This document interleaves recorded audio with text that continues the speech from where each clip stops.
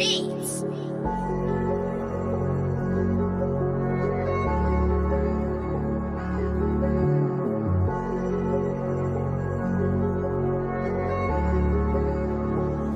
Yeah, stoic in principle, free in the physical. Growing pains my agitation, so caring reciprocal. You my sibling just because your birth was a miracle.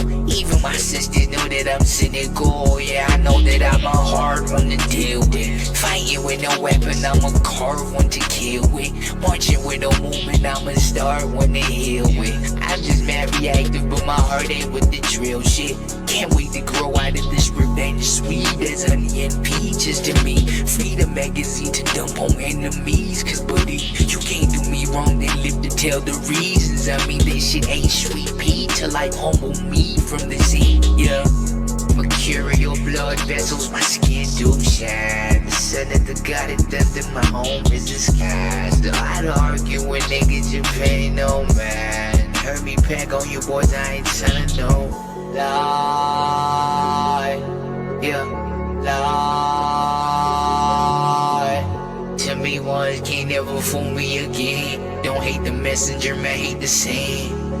When one thing about facts is when they hit you feel no pain. When you swear it's about that shit that made these bitches go insane. Simping niggas most neglected, these my broskies, I'm just saying. Get the fuck up off her ass, making us look bad for my age. Of Aquarius, without comparison, too mysterious. Who the fuck on periods? Yeah, come back various. Yeah, shit on your areas. Cause ain't nobody bearing this like, we too inferior. Don't try, mister, I can't sleep till my brother's alright. Fuck it, can't be me, niggas dump me on side. Now it's time to eat, fellas, leave me online. But I just want her box, merry-go-round.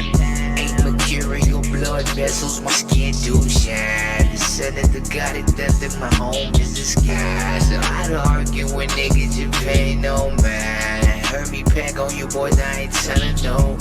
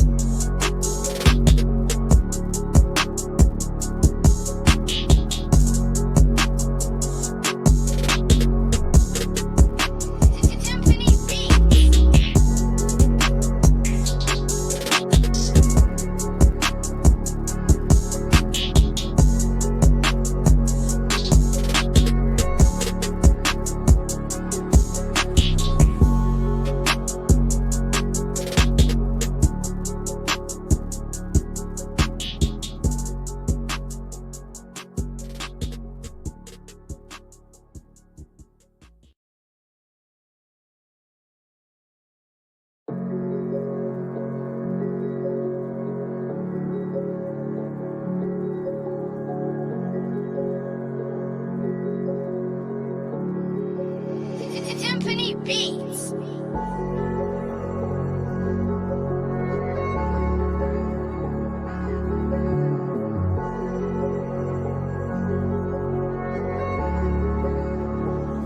Yeah, stoic in principle, free in the physical. Growing pains my agitation, so caring reciprocal. You my sibling just because your birth was a miracle.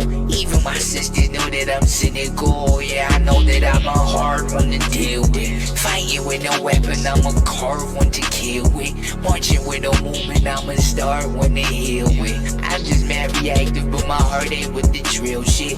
Can't wait to grow out of this revenge, sweet as honey and peaches to me. Free the magazine to dump on enemies, cause buddy, you can't do me wrong, then live to tell the reasons. I mean, this shit ain't sweet pea till I humble me from the sea, yeah. Mercurial blood vessels, my skin do shine. The sun of the god and thunder, my home is the skies.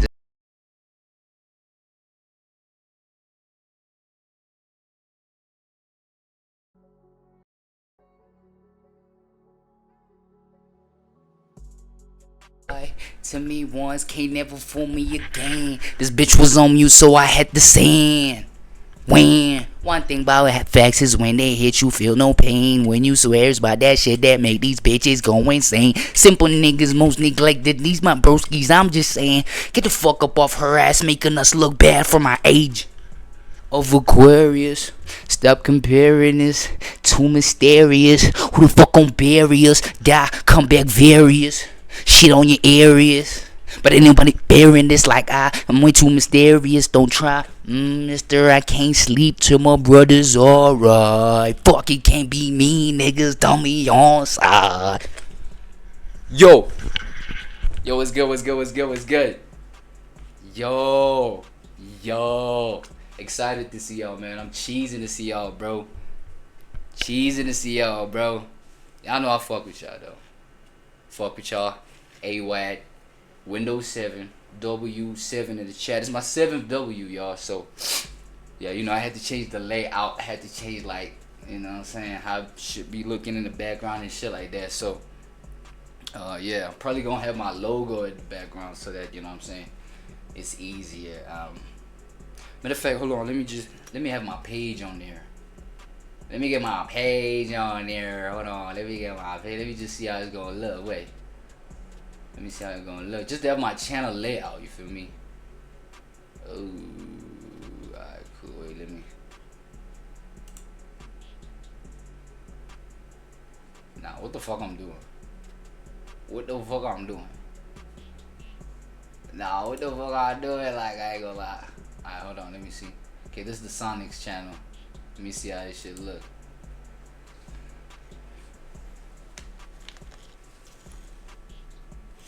I bet. Don't expose too much. Don't expose too much anyway. But yeah, let me get that out the screen. Actually, it's a bad idea. Let me just put it over there, whatever. You know what I'm saying? Anyway, yo, I was thinking, yo. I was actually thinking about the world that we live in today. You know what I'm saying?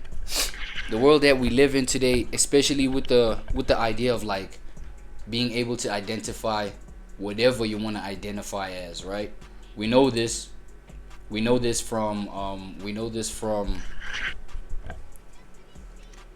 know the LGBT community and stuff like that. You know what I'm saying? It's like they came with the innovation, with today's innovation, where the world or collective minds have advanced to a point where you can literally choose what to identify as, right? So it's like, to me, that was like it's one of the most interesting things 2025 moving forward. So I'm like, alright, cool. If people like the LGBT community can identify what they want to be identified as, well, they can choose what they want to be identified as. It's like, I also want to choose my family, right? Imagine you could choose your family, you know, select them virtually, that is. You feel me? I'm talking about like a virtual concept where you could choose your family virtually. You see who you relate with, because I ain't gonna lie, there's a whole lot of people that, like, I feel like share my mental patterns, bro. My mental just idea accumulation type shit, where it's like, damn, I fuck with this content creator right here. I fuck with this right here. You know what, man, this is my little cousin actually. Or you know what, man, this is my uncle actually. Or you know what I'm saying? Like, that shit for me was like pretty deep, man. It was pretty deep to think about. So I think with that being said, y'all, I think I just found my dad. I think I found my dad, bro. Like my virtual dad, my online dad. You know what I'm saying? I was thinking about that shit. I was like, man, because we don't choose our earthly family, dog. We don't choose our natural biological family, right? But shout out to the LGBT, bro. They came with this thing where people are forced to accept the fact that, look, I'm gonna identify as this and this is that. So I'm like, alright, cool. I wanna identify my family, nigga. My virtual family. You know what I'm saying? So we got bio family, biological family, that's bio family. And then we got vert family, right? Vert. VIRT, virtual family. Right? That's your digital joint. That's your digital, you know what I'm saying? whatever, man. You see somebody that could be your sister, you like, man, whatever. In whatever point y'all could relate, y'all could maybe look alike, be like, man, that look like my sister right there. Boom, that's your sister. And you know what's interesting about it? You can follow the journey of that content creator if you fuck with them for real. Think about it. You know what I'm saying? And then by following the journey, because as we know, if you come from a certain lineage, you kind of like have the characteristics, bro, and you know the behaviors and shit like that. And then based off of like the content that you see, or for whatever person that you've identified as your vert family member, then you kind of just like, you know what I'm saying, if you fuck with that. But this is like for the people that like no glaze doesn't exist for, you know what I'm saying?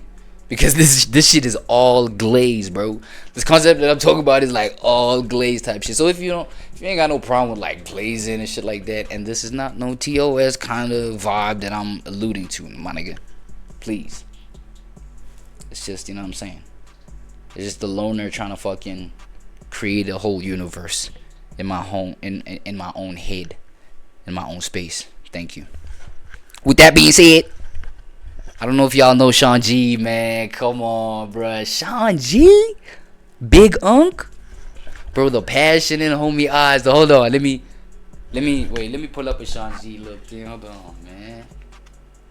So there's this Unk online, right? He's been like reacting a lot to especially to the Diddy case, bro. To the Diddy trial thing and all of that. I just want to search him up so y'all see what I'm talking about, bro. You know what I'm saying? This nigga healthy. This nigga got a sharp mind on, you know what I'm saying? He's sharp. I feel like the ideas that he has, sensible, stoic. He's giving me stoic vibes. So I'm like, man, Unc right here, man. Plus I don't think he looked far off from, you know what I'm saying, if we would be like resemblance with me, you know what I'm saying? I don't think we look far off from one another, bro. We can like lie and be like, yo, yeah, this is my real life uncle or whatever, pops. I don't think it's that much unbelievable, bro. So my first applicant, bro, pops right here, man. Sean G. The podcast was sold. You know what I'm saying? Hold on, let me pull up a short, bro, so y'all know what I'm talking about, bro. Look at that, man. All healthy and shit. Pops got aura too, bro. I'm gonna show y'all. Hold on. Start here. Pops got aura too, nigga. Check it out. Check out my dress shorts, though. I work out in my dress shorts. 2x4. Elevate your heels for the body squat. And you gotta go in the bucket. This ain't no squat. That ain't no squat. Whoa. Keep your back straight. Hands down. He ain't even afraid to show it too, nigga. That's what I'm saying. You gotta be bold, nigga. And that shit remind me on me, bro. On God, bro. Unc right here, nigga. Nah, but I ain't gonna lie. I have him for potential uncle or potential dad. Like, this could be my potential vert uncle or vert dad. You know in the bucket right here. Back straight, bang. Right there in that pocket right there. Look at that pocket. I'm in the pocket. Brick City, no. Nah, I think homie was covering a little too much of the Diddy trial. It gave him a couple ideas, man. You know what I'm saying? I don't know, bro. In the pocket, y'all. Check me out. Coming down right here. You in the bucket. You gonna hit them blues? Nah, but no glaze. As I said, bro, this is the kind of content where literally, bro, the no glaze shit we did and all that. Ain't no such thing as no Diddy no more, bro. Ain't no such thing as no Diddy. Y'all was wigging on Diddy for no fucking reason, bro. You know what I'm saying? Apparently shit, and this is Pops right here saying that. Pops right here be like, yo, Diddy cool, bro. Y'all niggas tripping. You know what I'm saying? Because he, bro, you gotta understand, he's inside the courthouse. According to him. He's inside the courthouse, he's listening to every detail. He knows what's going on. You understand what I'm saying? So I believe Unc, bro. He like Diddy innocent, bro. Real shit. You know what I'm saying? So that's why I'm even like, bro, the no glaze shit, bro, 2026. Nobody trying to hear that, bro. Nobody trying to hear no glaze, no blah blah. Nigga, a glizzy is nice. A glizzy when you're starving, bro, grab that shit if you're starving, nigga, it's nice. You ask yourself then, like, why do people be tripping on, you know what I'm saying, talking about no glizzy or, nigga, yeah, hell yeah, glizzy. Hell yeah, glizzy. You know what I'm saying? I'm starving, nigga, give me my glizzy, nigga, try to eat, nigga. Shit, so, and Unc right here been like an advocate for that shit. Unc/Pops been an advocate for like getting in that whole shit. And you know what I'm saying? So that's why with him it's like no problem, bro. That's why with him it's no problem. It's all about the fitness. It's all about the gym, the shape, nigga. You know what I'm saying? The glutes, nigga. You know what I'm saying? You squeeze them glutes, you make sure they in shape, nigga. Squeeze that shit. Spread them shits, nigga. Come on. We working out. We trying to shape up. From quadriceps, your hamstring joint, and your lower leg. Now let's get that calf work. Let's get that calf. Yeah, fitness shit. Grocery store aisle shit. Everything, man. I ain't gonna lie, I do not know what he got on though. But he's still a good candidate, I ain't gonna lie. Pops right here. Don't let nobody blow your candle out. If you are entertaining or in the circumference of people that are trying to blow your candle out, right? Because their life is fucked up, you gotta get away from them people. Get away from them people. And you have to protect your candle. You gotta protect your flame. Because your flame and your candle is what keeps you alive. It keeps you going, keeps you moving. Some people, honestly speaking, are just physically existing in the physical form, but mentally and spiritually, they've already taken their joint a long time ago. They just ain't got enough courage to do it physically. Come on, man. Come on, man. Deep too. Deep too. And I only know I only been exposed to this nigga channel for like 2 months, bro. Like I'm sold, nigga. I feel like if I was a 56-year-old kicking my little content and shit like that, this is how it would be. No cap. This is how it exactly would be, bro. So you gotta stay away from them kind of people. They ain't got no lighter. They ain't got no matches. Their candle is fucked up. They can't get it lit, and they want to blow yours out. Stay away from them. Stay away from them. Stay away from them. Be by yourself. Be by yourself. No, facts.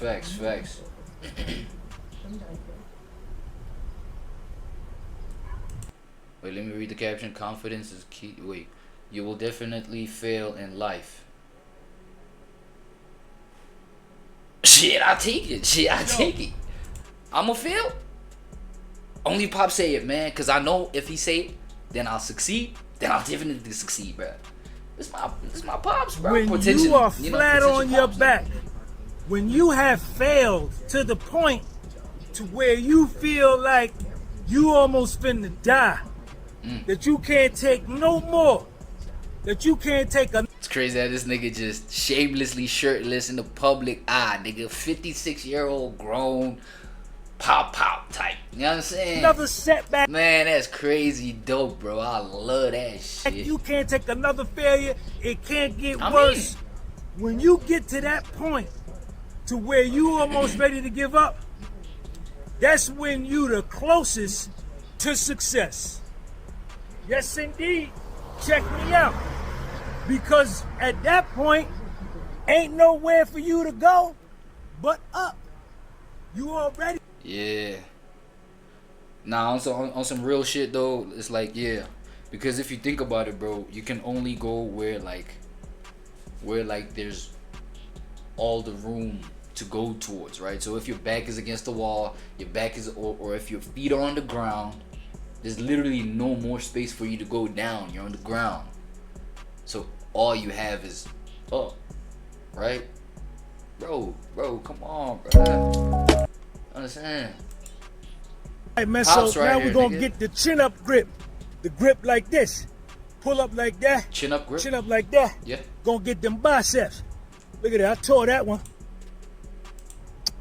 But it's... What happened? Still money though. Got a double My tall bicep. bicep still better than yours. Got a double bicep. Still better than yours. Watch I Still better than mine.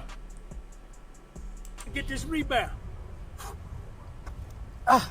Y'all saw me get that ring. Check me out. 1, 2, 3, 4, 5, 6, 7, 8, 9, 10.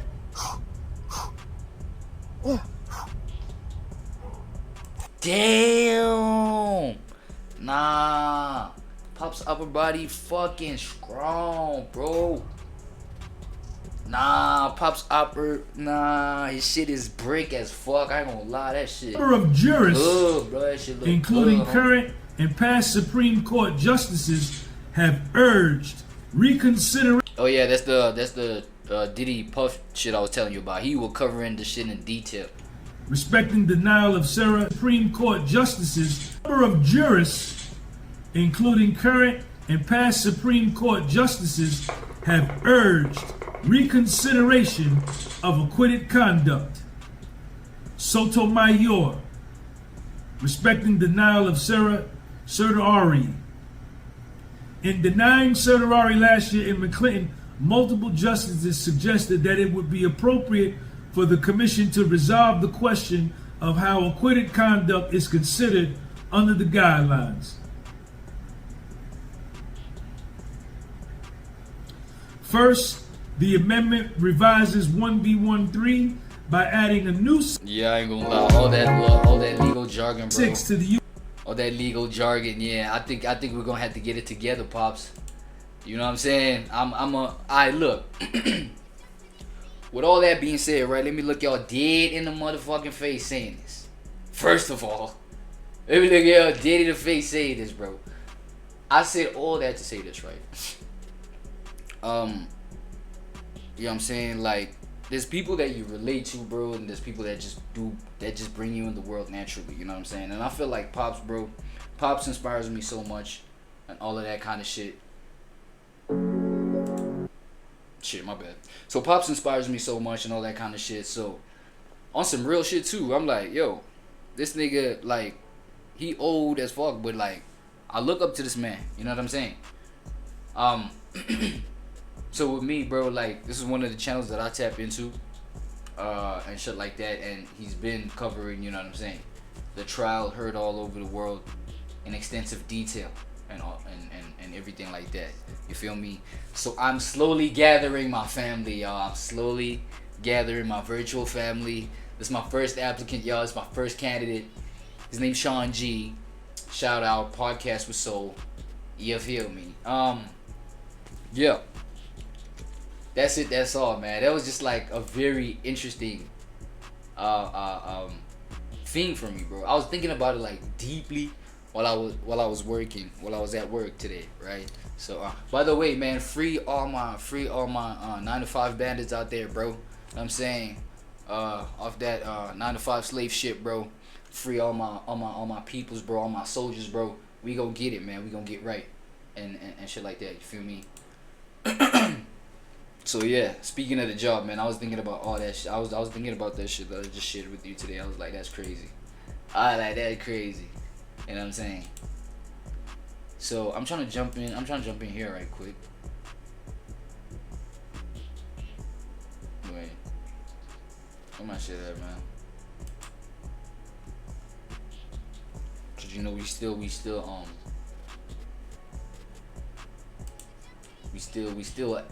not ad free with it, so we're still not ad free with it, so bear with a nigga, right?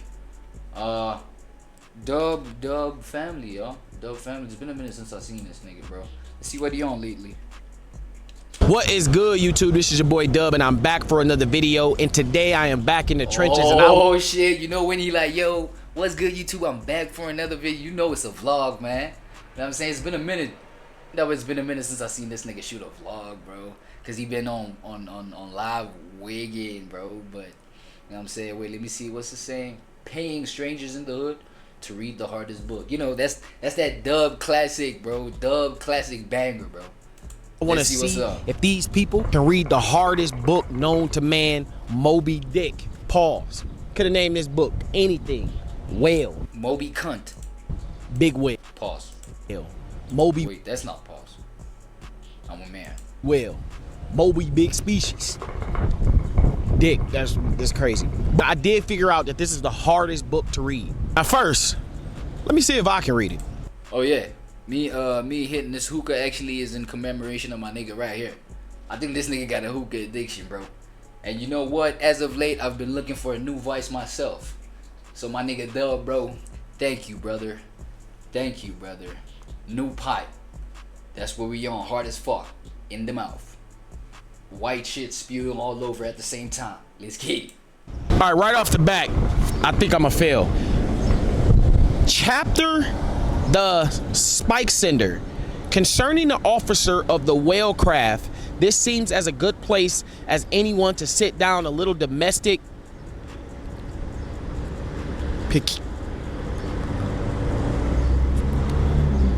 Yeah, nah. I always wanted to give Big Bro over here the benefit of the doubt, but I really do think that Moo's the only nigga in the family that got that valedictorian, bro. I always was like, maybe they downplaying Dub, bro. Maybe he got a little bit. I'm like, bro, you literally, why you have to prove it right now that you really ain't like that, bro? Come on.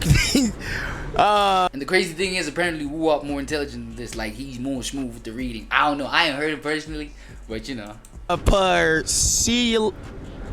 Persilarity. I don't know what this word said, but I'm all right. Hold on, wait. That word doesn't little exist, domestic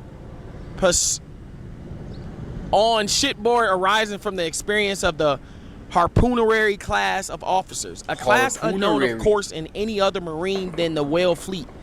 The large importance attached to the harpooner's vocation is evidenced by the fact that the original Old Dutch fishery 2 centuries and more ago, the command of a whale ship was not wholly lounged, and the person is now called the captain. But with, bro, the page before this is even crazy. I know I just sounded retarded. Let me read the page before this. Hold on. So apparently the page 190 and 191 is the hardest pages in this book. I just read 191. Let me read 190. 190 say, beyond the Du Del Mecca, this system does not proceed inasmuch as the proposal is the small. Yeah, nah. It's over with. Whoever can read 2 pages of this book without messing up, I'm giving them $100. They can read 1 page, $20. They can get further than what I did. I don't know. Let's see who can read Moby Dick. Yeah. And you know how to read? Come on, bro. How you playing, bro? I'm asking. Yeah. You think you can read this book? Yeah. If you read this page without messing up, I'll give you $20. You about to kill it, brother. It's good. Hold on. You gotta say your name, and then you gotta read it. All right. What's your name? Kevin Dunbar. Kevin Dunbar? Yeah. What school you went to? You think he's Nigerian? What y'all think ethnicity is that? I ain't go to school. You ain't go to school? Me either. No. So you ever heard of the Yeah, me either. the book Moby Dick? I heard of it. If you can read page 191 without missing a word, I'll give you $20. It's good. You want me to hold something for you? Cause your hands coming, you know what I'm saying? I just got some food. It's good though. Hold on, wait. Let me know when you're ready. You ready? Cause I got it on my note. Like I got the page, so I need to make sure you're doing it, reading right. Good. Let me know when you're ready. I'm ready when you ready. Go ahead. Concerning the officers of the whale craft, this seems as good a place as any to set down a little domestic peculiarity on shipboard arising from the existence of the harpooner class. Bro, you can tell he tried his hardest, bro. You can tell he not too ass, but when it comes to, like, you know, the words with the 4, 5, 6 syllables in them, yeah, that's where you see that you really ain't went to school, my nigga. Of officers, a class unknown, of course, in any other marine than the whale fleet. The large importance attached. Nah, I was capping. I went to school, guys. Come on. To the harpooner's vacation. Damn. Vocation. Yes, sir. You got me, good. Was it hard? Nah, I wasn't hard. You read more than me. You know, I'm fair. You know what I'm saying? I fucked up. Have a good one, brother. You know how to read? Yeah, I went to college. Did you ask me for a pickle? No. That nigga is so fried, bro. This nigga is so fried, bro. That nigga roasted, nigga. I asked you for a big gulp. Big gulp? Okay, so listen. Big gulp. I'm gonna pick a page out of this book, right? And if you can read the page, I'll give you $20. That nigga look nervous. Okay. So You'll give me $20 so I can read the page? if you can read the page without messing up. Okay. That nigga jumping Matter of fact, in. I'm gonna let you yo. I'm gonna let you proofread it. Like, yo, let me sit down real quick, get comfortable, nigga. Let me, you know what I'm saying? Let me get comfortable. First. Okay. So I'll read the whole page. No, so proofread this in your head and then let me know when you're ready. Cause you know You'll give me $20 if I read it? Yep. Bless you. But you can't mess up a word. Concerning? No. Say it in your head first, cause I don't want you to mess up. I don't mess up. You ain't gonna mess up? Oh, you gotta stand up and do it. Come on, stand up. No, I can't stand up. I'll fall down. Oh, for real? Yeah.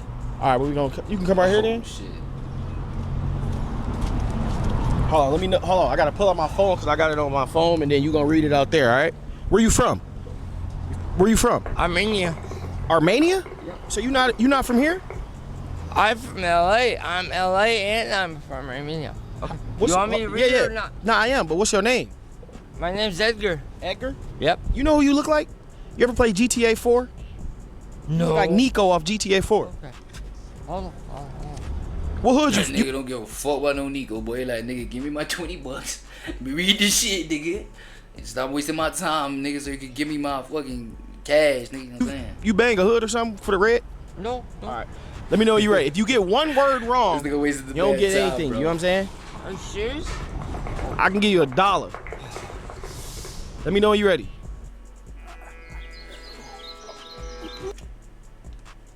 He ready, man. Just let the man read, nigga. Yeah, I need that $20, bro. Is he about to throw up? What? You gotta let me know when you're ready, though. Okay. Go ahead. Concerning the officers of the Wellcraft, this seems as good a place as any to set down a little domestic peculiarity on shipboard, arising from the existence. I bet in his head he sound like, this is the peculiar efforts that we have for the motherboard of the Twin Towers that would... Bro, in his head he sound like a Harvard like top tier professor, bro. I'm telling you, he going. The harpooner. I'm not gonna be ready. You ain't messed up yet. Harpooner class of officers. Hell no. A class unknown, of course, in other marine. Then the Whale Fleet. Yep. You want me to read the rest? Yeah. How much do you want? Get right there. Okay. If I read it, you give me $2. Bro, look. Look. The 20 is right here. I need that, bro. Hold on, wait. Let me show you. Cause I want to give you some motivation. Okay. You see that? I'm gonna do it right now. Nah, bro, I feel like at this point, nigga, just give the nigga the $20 anyway, nigga.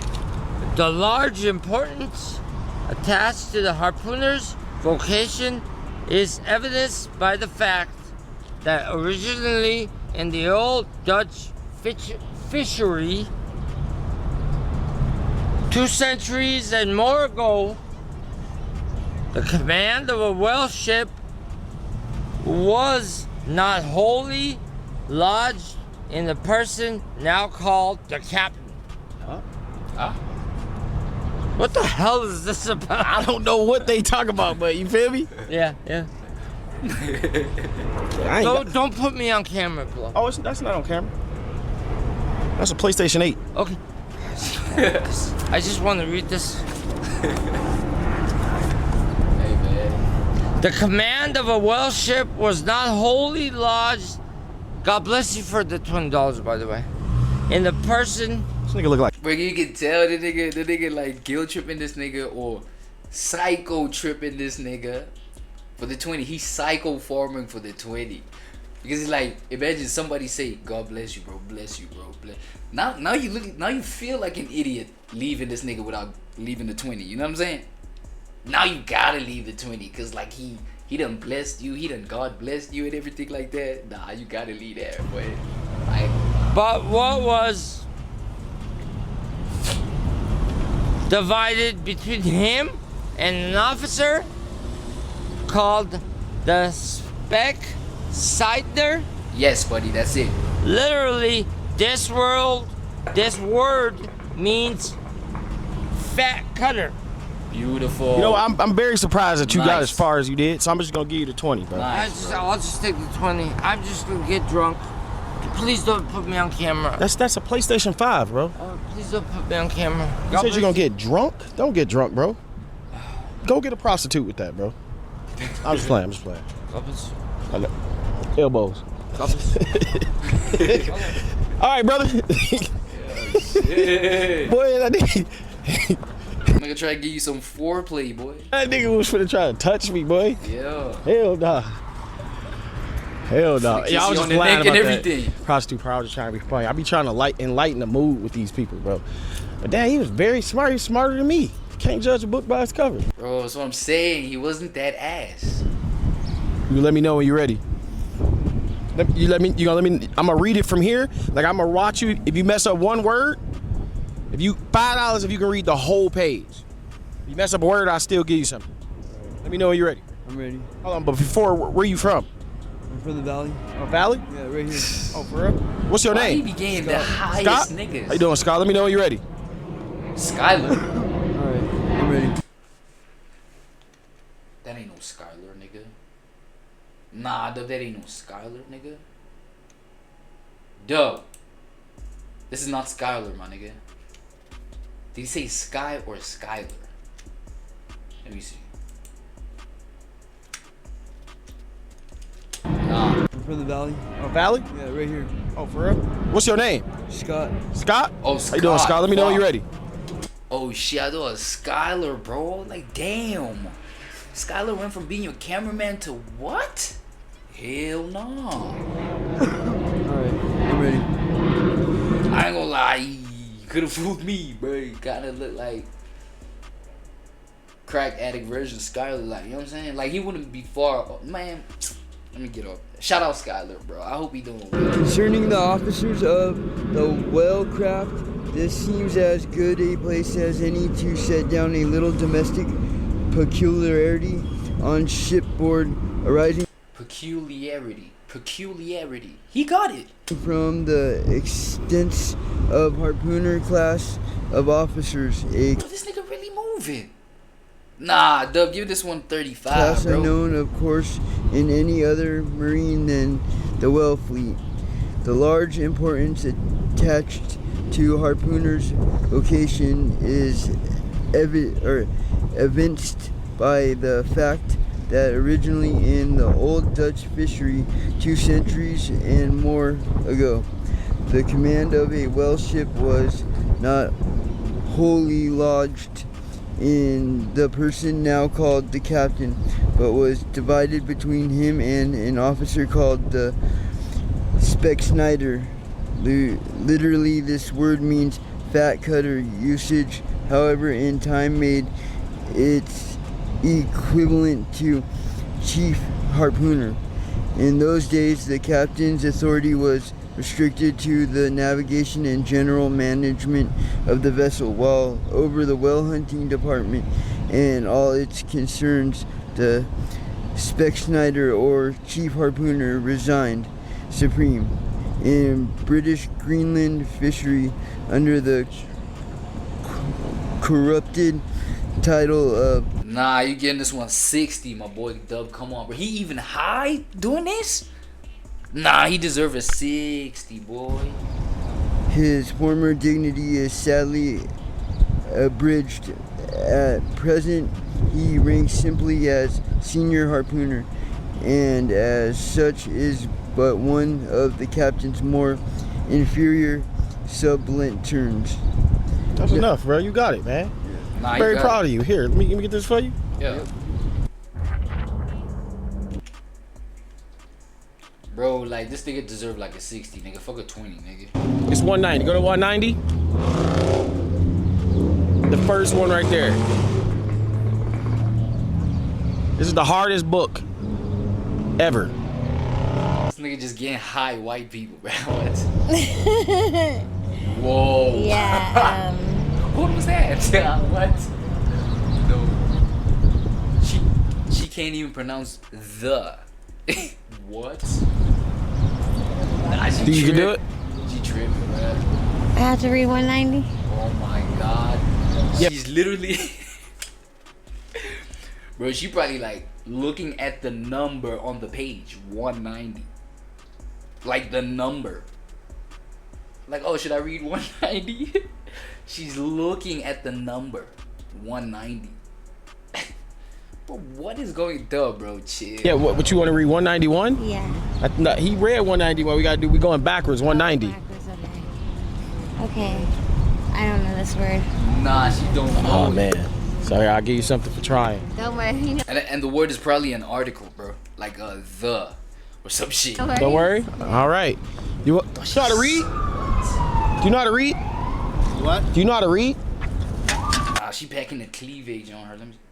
Sorry, I'll give When she was walking away there. you something for trying. Don't worry. You know what? Don't worry. All right. You Busty. know how to read? Do you know how to read? What? Do you know how to read?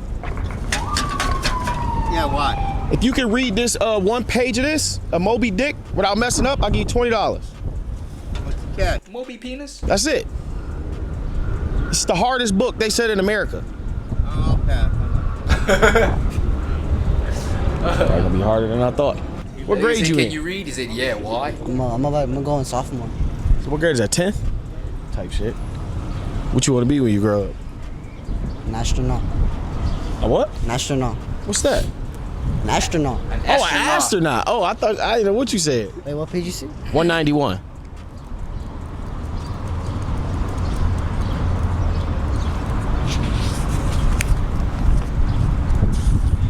Right there. Concerning the officers of the whale craft, this seems as a good place as any to set down a little domestic. I don't know that word. Yeah, well, I gave you 2 chances, man. Could have been free money, bro. Why y'all look so mean, bro? I don't know. Yeah, this page right here. I don't even know the word, the first word. Consider? Nope. Yeah. Considered? Concerning. Right. Nigga dropped out like 3rd grade, bro. I was gonna say that. What grade you in? 10. You got a lot of time, bro. What you like, 8? Huh? How old are you, like 8? 15. Damn. Nigga said 8. Sir, you know how to read? You know how to read? Yeah. I give you $5 if you can read this book. Sir, you know how to read good? Huh? I give you $5 if you can read this book without missing a word. All right, y'all. This is one of the hardest videos I've ever tried to do. When I had people eat the chip, it was easier. The honey bun, nobody believes that they smart enough to read a book, bro, without messing up. I've literally been out here for 2 hours. But Nigga, you couldn't read the fucking 2 pages that you signed to yourself, bro. Chill. let's see. What's good, YouTube? It's your boy Dub, and I'm back for another video. Today is Father and Sunday. Taking Woo out to Jump Club Arena. We told them they were coming. We pre-DM'd them in advance. Yeah, nah, I They ain't said they gonna would lie. come for free. So I brought like 100 people with me to come with me. So y'all just go. Vlogged up than live up. It's good, Not gonna man. lie. What would Jesus do? No, literally. I'm asking, like, if he was walking here, what you think he'd do? Jump up and down and then spread a testament to everybody. Give them some wisdom. For real, for real. You know, try making their day because, you know, everybody's day may not be made yet. What would Drake do if he was walking in? And you know Drake, though. I seen your story. You know Drake. You technically, you basically his 3rd cousin. Yeah, chill, bro. You know what I'm saying? His 3rd cousin, right? Virtual family member type shit. Nah, but anyway, I ain't seen this nigga meet Drake. What the hell? Did he fan out? What this nigga do, man? That's what I'm saying. You making the spot hot. Somebody probably already heard you. Some people in here, bro. Yeah, I know Drake. If y'all don't know, man, my brother met Drake in London, so technically that means I know Drake. You know what I'm saying? This top 2 worst I ever seen you in. Bro, I'm about to go jump around. Who ain't? Huh? Who ain't? You different though, gang. No, you different. Nah, I ain't gonna lie. I'm gonna enjoy this one. I'm gonna have to enjoy this one off stream, bro. Because as I said, you know, I'm only here for what's on the title.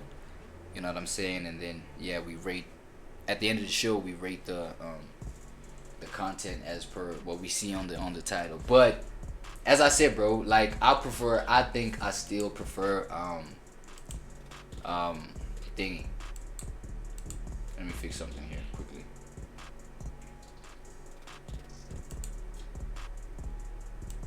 I prefer the vlog dub. You know what I'm saying? I prefer vlog dub over live dub. I mean, live dub is on the spot though. That's the thing. Live dub is on the spot, and when every trigger pulls up, like you see everything raw. You know what I'm saying? You like raw dog the experience. You know what I'm saying? But shout out for him for allowing his viewers to be able to raw dog his shit. You know what I'm saying? So that we can see him in his raw form, bare. You know what I'm saying? But you know. Now having seen the two, I feel like I still prefer vlog dub. He's very entertaining, man. Like when you know, can edit the bullshit out the way, you know what I'm saying? The shit that may trigger, because this nigga, you know what I'm saying? He got his days, bro, where he's just like, bro, you are just wigging right now, bro. I don't know, I see nothing but just the purge in the nigga eyes. It's like, come on, bro. Probably shouldn't have went live today. You know what I'm saying? Type shit, huh? I don't know, but I did see he's making the effort to change up, and shout out bro, you got a very intelligent son that looks up to you, bro, and I fuck with the moves you've been making because of the interest of woo-wop, bro, in your heart, bro. So shout out Dub for that, bro. You know what I'm saying? I really fuck with it, absolutely fuck with it, bro. Now, bro, I want to go a little deep, bro. Help drive. I wanna go a little deep right now, bro. Y'all already see the title, dog. The hidden power of sex in your mind, bro. I feel like I'm at the age where I see how trivialized sex is. It's taken as too much of a joke, bro. It's taken too lightly, and I'm trying to see like what serious mental patterns, bro, and mental pathways, you know what I'm saying, I could get into in terms of like my content consumption, like what I watch, you know what I'm saying, what I listen to, what I choose to fucking entertain type shit. So it's a Carl Jung thingy, bro, and Carl Jung I think was a latter day back, you know what I'm saying, back in the days of Jesus, I think, and or some maybe a couple years later than that. Yeah, he lived during that time, and I think he was a therapist. Yo, don't quote me on this, though. Don't quote me on this. I don't know. I just know the nigga deep, bro, and I fuck with his concept. So I just want to see what's going on right here real quick. Welcome to the channel. Today we are going to talk about a topic that somehow crosses everyone's life, even if we don't always realize it. Desire, and more specifically, the power that desire and sexuality have within our unconscious.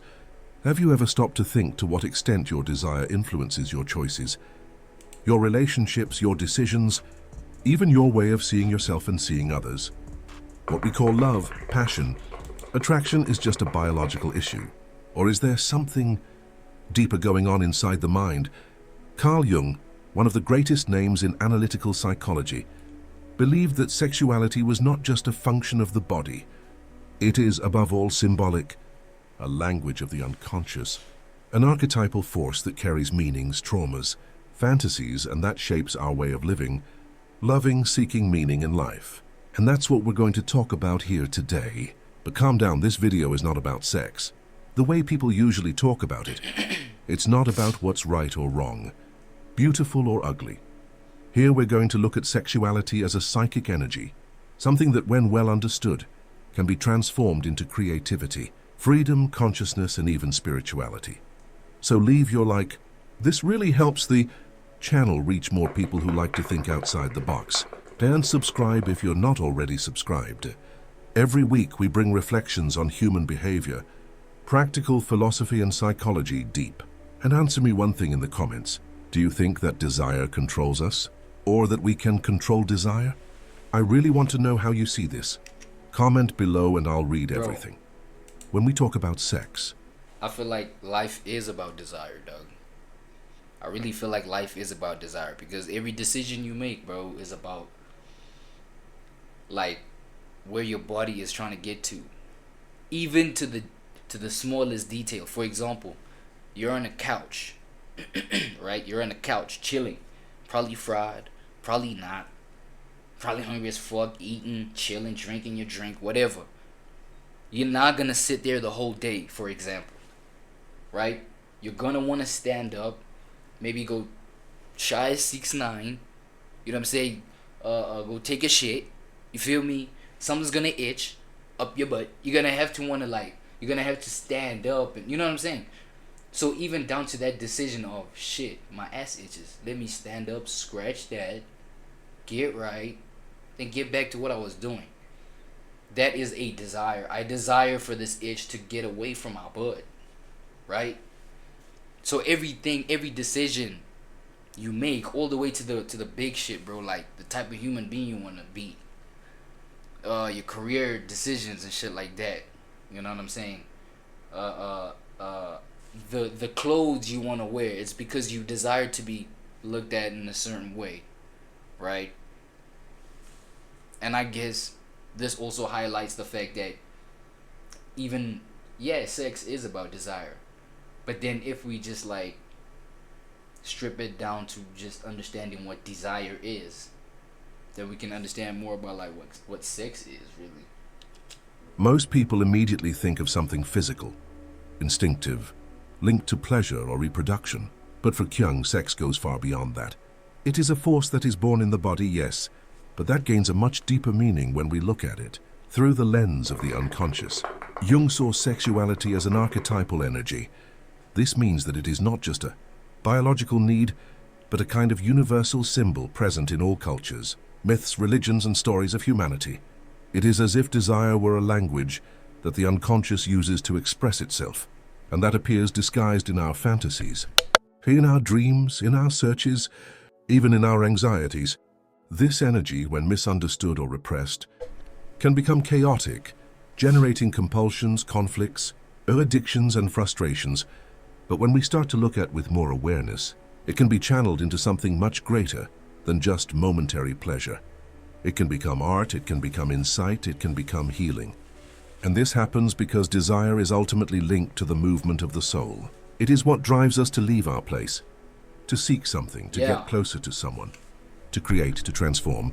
It is what invites us to live with intensity, and at the same time, it is what confronts us with our shadows, our fears, our insecurities. Jung believed that this sexual force is actually one of the manifestations of what he called libido, but not in the purely sexual, Freudian sense. For Jung, libido is a broader vital energy that can express itself in many ways. Desire for a person, for an idea, for a purpose, for a transformation. And the most interesting thing is that this energy can be transformed. It can change direction, form, intensity. It can transform you. When you repress it, it doesn't disappear. It hides and disguises itself. But when you welcome it, listen to it and understand what it's trying to say, it integrates. And that's where sexuality comes in. From being just an impulse and becoming a tool for personal growth. It's as if desire wasn't just trying to take you out to someone for Atlas AI voiceover.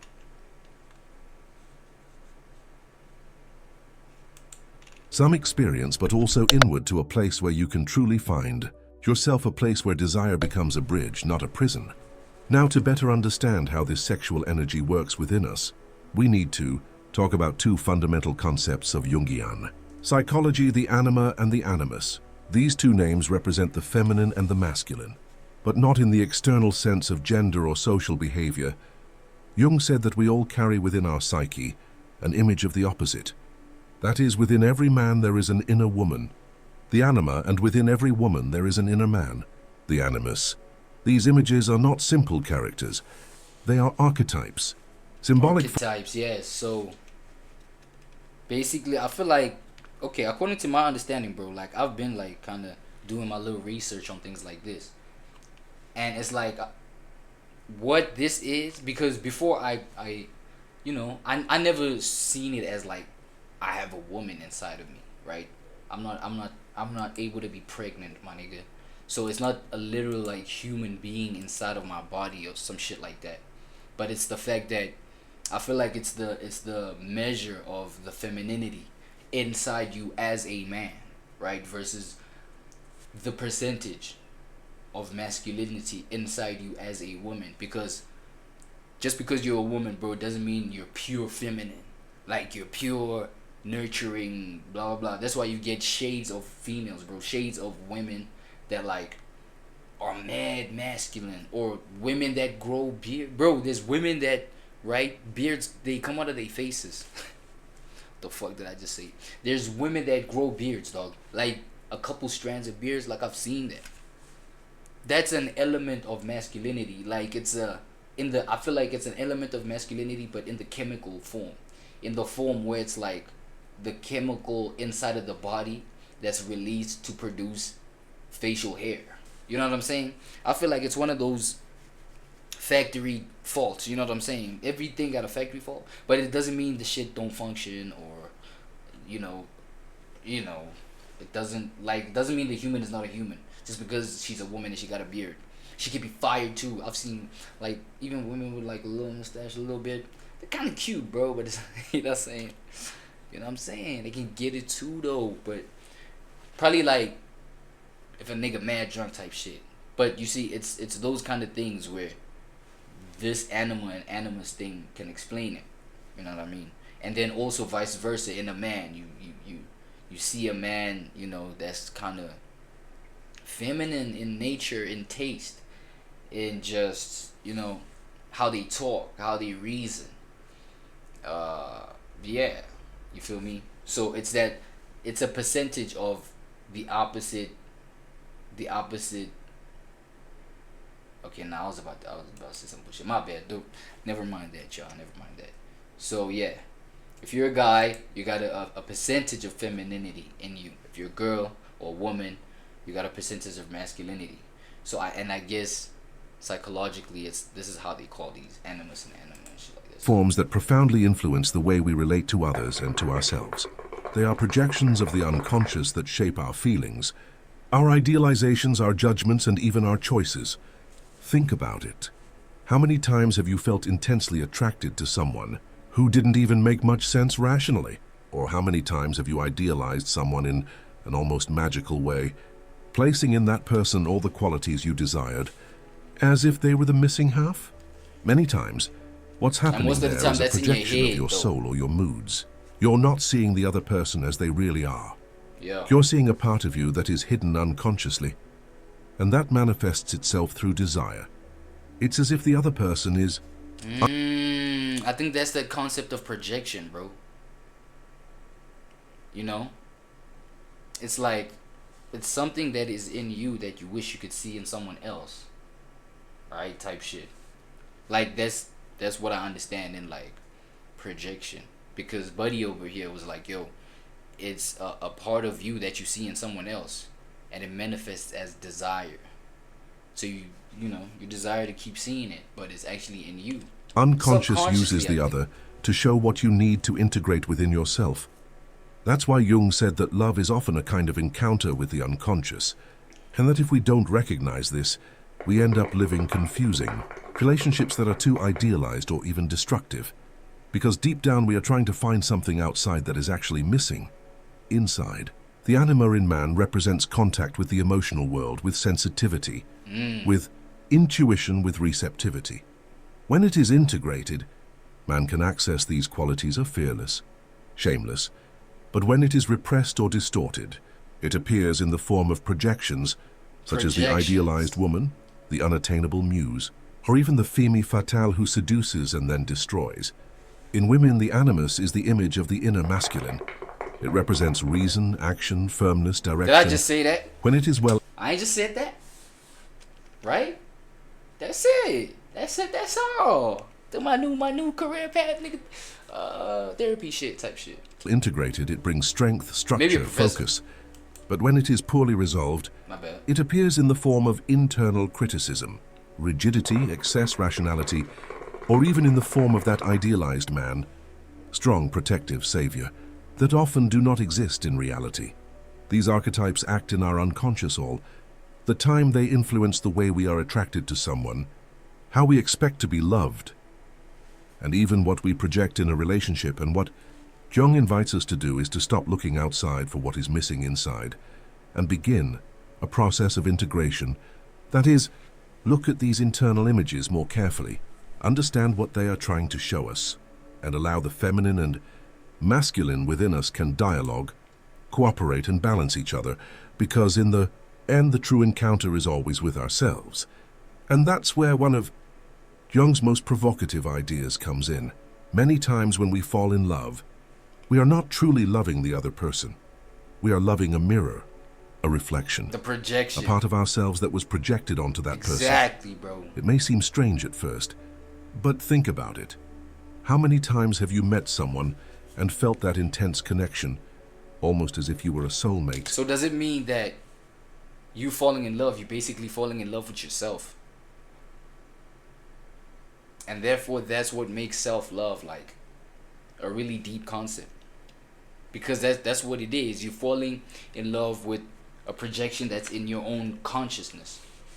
Right? Subconsciousness, according to. But it's you. You feel me? So basically, in other words, any human being can take that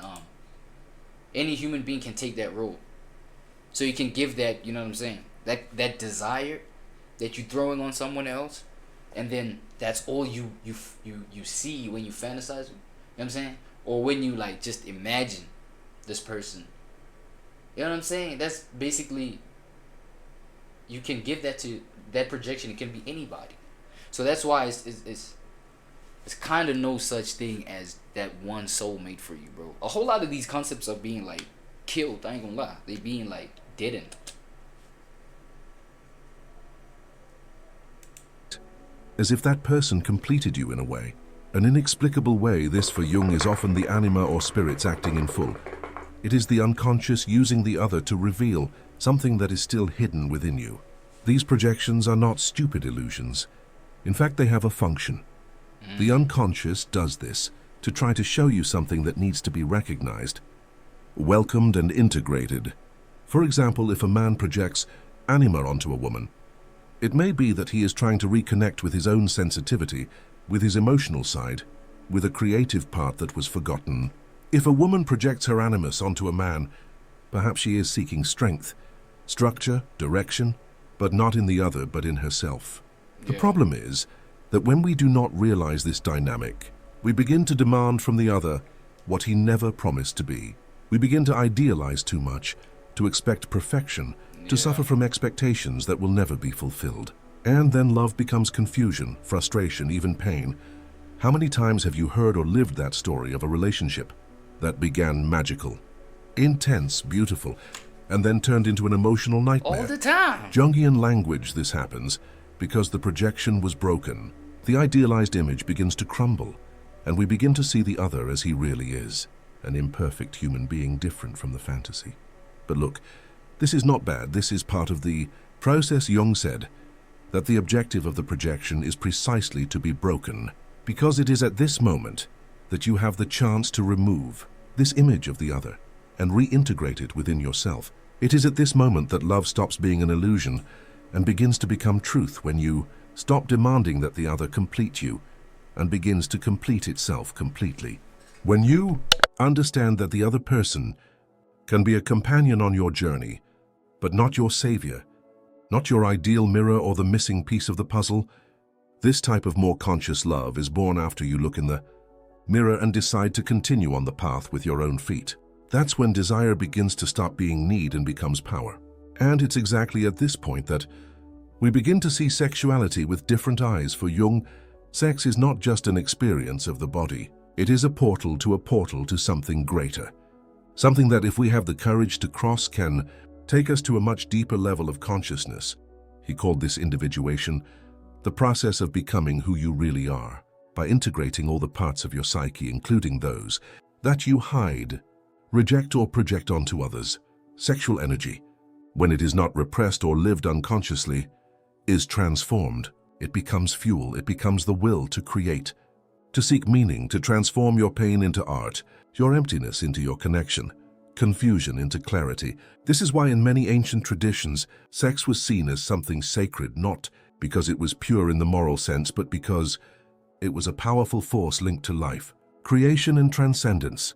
Jung rescued this more symbolic vision of sexuality. He understood that when we connect with this desire in a conscious way, it can lead us to a type of awakening. It is not for nothing that he spoke of the archetype of the sexual hero. And this hero is not the conqueror or the seducer. He is the one who goes through his own desire. He faces his shadows, recognizes his projections, and returns to himself more whole. He is the one who does not run away from the fire, but learns to walk within it, without getting burned. Of course, this is not simple. We live in a culture that either exaggerates sex too much or tries to hide it, control it, repress it, or it is treated as a commodity, as an empty pleasure, or as a taboo. But Jung proposes another path, that of integration, of looking at desire without fear, without guilt, without idealizations, of understanding that desire can indeed bring you down, but it can also lift you up. It can enslave you, but it can set you free. It all depends on the awareness you place on it. When you yeah, and I feel like this is even like the whole chat about shadow work. You know what I'm saying? And I feel like this is where the self-development gurus and people like that try to get to. These are the mental images that they try to explain, bro. I swear to God. Begin to understand what you are really looking for behind each attraction, each need, each fantasy. Another relationship with sexuality begins to emerge, freer, more honest, more transformative. And it is at this point that desire stops being just instinct and becomes a spiritual path. But to reach this level of awareness, there is a step that many people avoid. Yeah, it's a spiritual path, bro. It's like that whole spiritual awakening shit, dog. It's that whole spiritual awakening. I feel like even, you know, sometimes you get situations where you go through some shit and it feels like your paradigms are shifting, dog.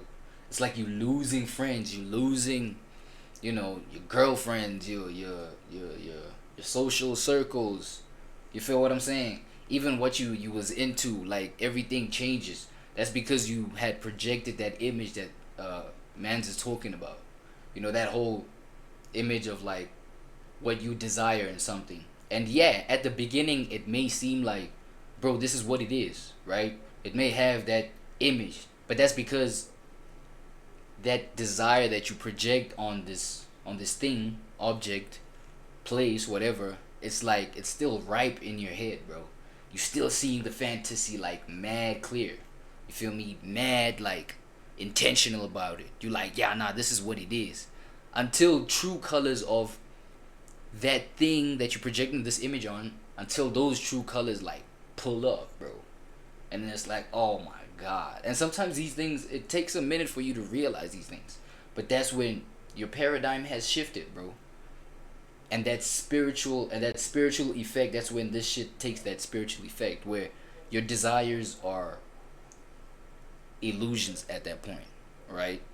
I mean, take with the example of Soul, you know what I mean, Illuminati. So with his whole situation, when I saw, you know, his breakup really inspired that the infamous disappearance of this nigga, you know what I'm saying? And then I explained this in my previous stream too. Like, I bumped into his content when I was going through my little spiritual awakening, right? I was going through that, and I just see nothing but just this nigga just hitting the nature. He out in the sun, talking about getting vitamin D. You know what I'm saying? I was going through my own spiritual shifts, my nigga. You understand what I mean?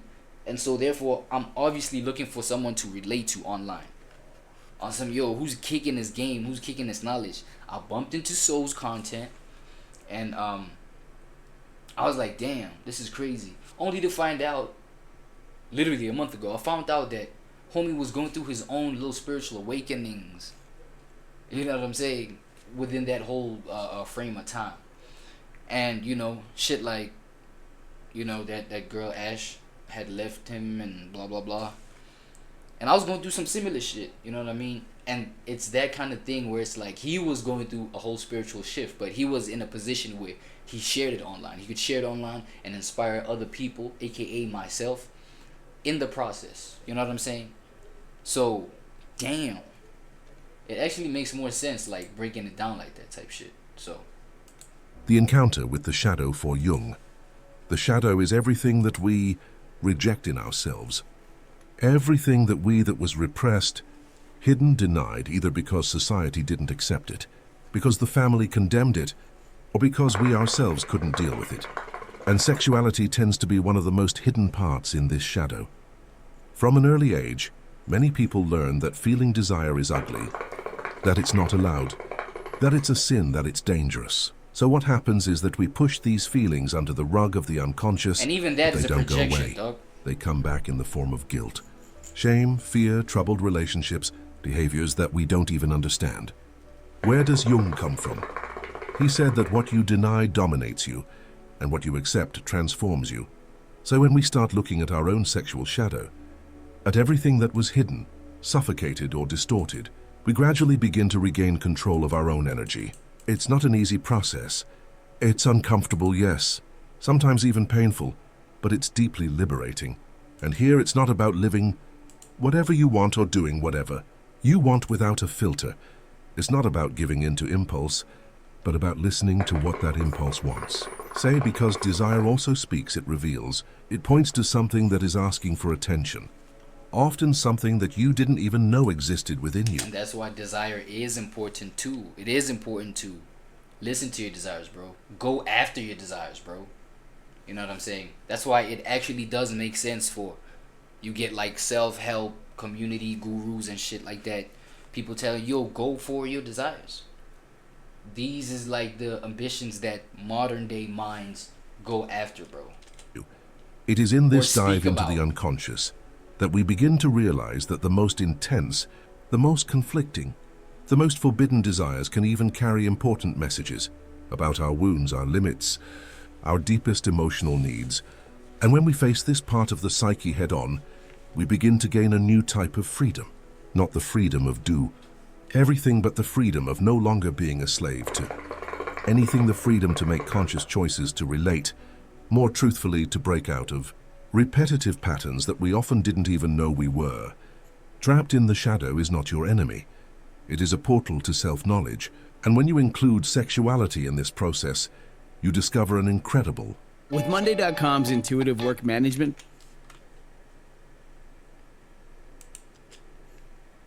strength hidden right there, where before there was only fear or shame. It's like turning on a light in a room that has been locked for years.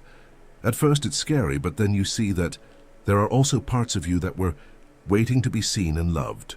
Within the symbolic universe of the psyche, Jung observed that the feminine carries a powerful duality. On one side, the figure of the mother, the welcoming, protective mother, who cares for and nurtures emotional security. On the other, the temptress, the seductive, instinctive, free woman who awakens desire, risk, and transformation. These two archetypes have existed since ancient times. They are in myths, religions, fairy tales. That's why I'm like, it's in percentage levels, bro. They are also present in our lives. Yes. Unconscious, shaping our relationships, our desires, and even our emotional crises. The Mother Sita represents unconditional love, surrender, comfort, the emotional base. She is the woman who cares, who listens, who supports. But when this archetype becomes too dominant or unbalanced, it can turn into dependence, overprotection, and the erasure of one's own individuality to serve the other. The temptress carries the energy of passion, the movement of the creative force. She is instinctive, magnetic, provocative, She represents the power of awakening, but also the fear of losing control. And that is why historically this archetype has been so demonized, because it touches on what is most repressed, the desire for freedom, of intensity, to break away from what is safe. Jung Rava that these two figures live within all of us, and it doesn't matter the gender. In men, they often appear as projections he seeks, a woman who is a mother and lover at the same time, and becomes frustrated when he discovers that no one can fulfill this divided role. In women, these oh my God, bro. That's why, like, it is important to have a female who's, like, tapped into the feminine side, bro. Yes, the whole masculine shit is cool, but it's about the balance of the two, bro. And I feel like we gotta, like, people have to reach this understanding, especially modern day, not just women but men too, bro. Where we have to be aware of both aspects of these things in us, not just the masculine. Oh, yeah, what up, buddy? No, let's go to the gym. Everything, $1 million in the bank. Oh, fuck these women. Blah, blah, blah. You know what I'm saying? It's like, bro, the feminine part in that as well. You feel what I'm saying? And I feel like the whole purpose of even man and woman marrying one another and shit like that is so that that balance can be realized in one another. Because if the woman, right, is it the animus or the anima that's in the woman, but the masculine reflection that is within the woman, right, the man is there so that she can tap more into that, because the man is the physical representation of that, you know, in terms of the build, the physical build, his, you know, the profile build. But and vice versa too, with the man, you know what I'm saying, the feminine projection of animus or anima, I can't remember what the allocation of the words is, but the femininity that you sense in yourself, the desire for being nurtured, you know what I'm saying, the desire for your emotions being identified, being able to be expressed and listened to, shit like that, like the femininity, it's there for a reason, nigga. You're not tripping or high or, oh, I'm not supposed to be feeling this. No. And the woman in your life is supposed to, like, help you tap into that, so that when you see it physically, it's like, yo, my woman is already there, like, doing. But I feel like even that, bro, is keeping it limited, because you're supposed to be able to tap into that to be a whole, complete human being. And that's only my opinion at this point. Internal images can generate conflict. Be sweet or be bold, be caring or be free, be accepted or be desired. The point is that these two forces are not opposites. They are complementary. And when we learn to recognize this duality within ourselves and to integrate the two sides of the feminine, we stop living in conflict. The woman who accepts her inner temptress no longer needs to hide her creative power or her sensuality. The man who recognizes his projection of the Scythian mother understands that he does not need to seek eternal embrace in a partner. He can learn to take care of himself too. That's what I'm saying. These archetypes are deeply linked to the way we learning to tap into these two elements within your one self makes you literally boss, nigga. You're like the complete, like, version of what you're supposed to be, nigga. Bossed up, nigga. Guarded up, nigga. All of that. You're not just boss, nigga. You guard, nigga. Is that too deep? Is that too deep for your mind? Yo, y'all gonna have to let me know, because, you know what I'm saying? But, you know what I'm saying? That's what I mean, though. Love.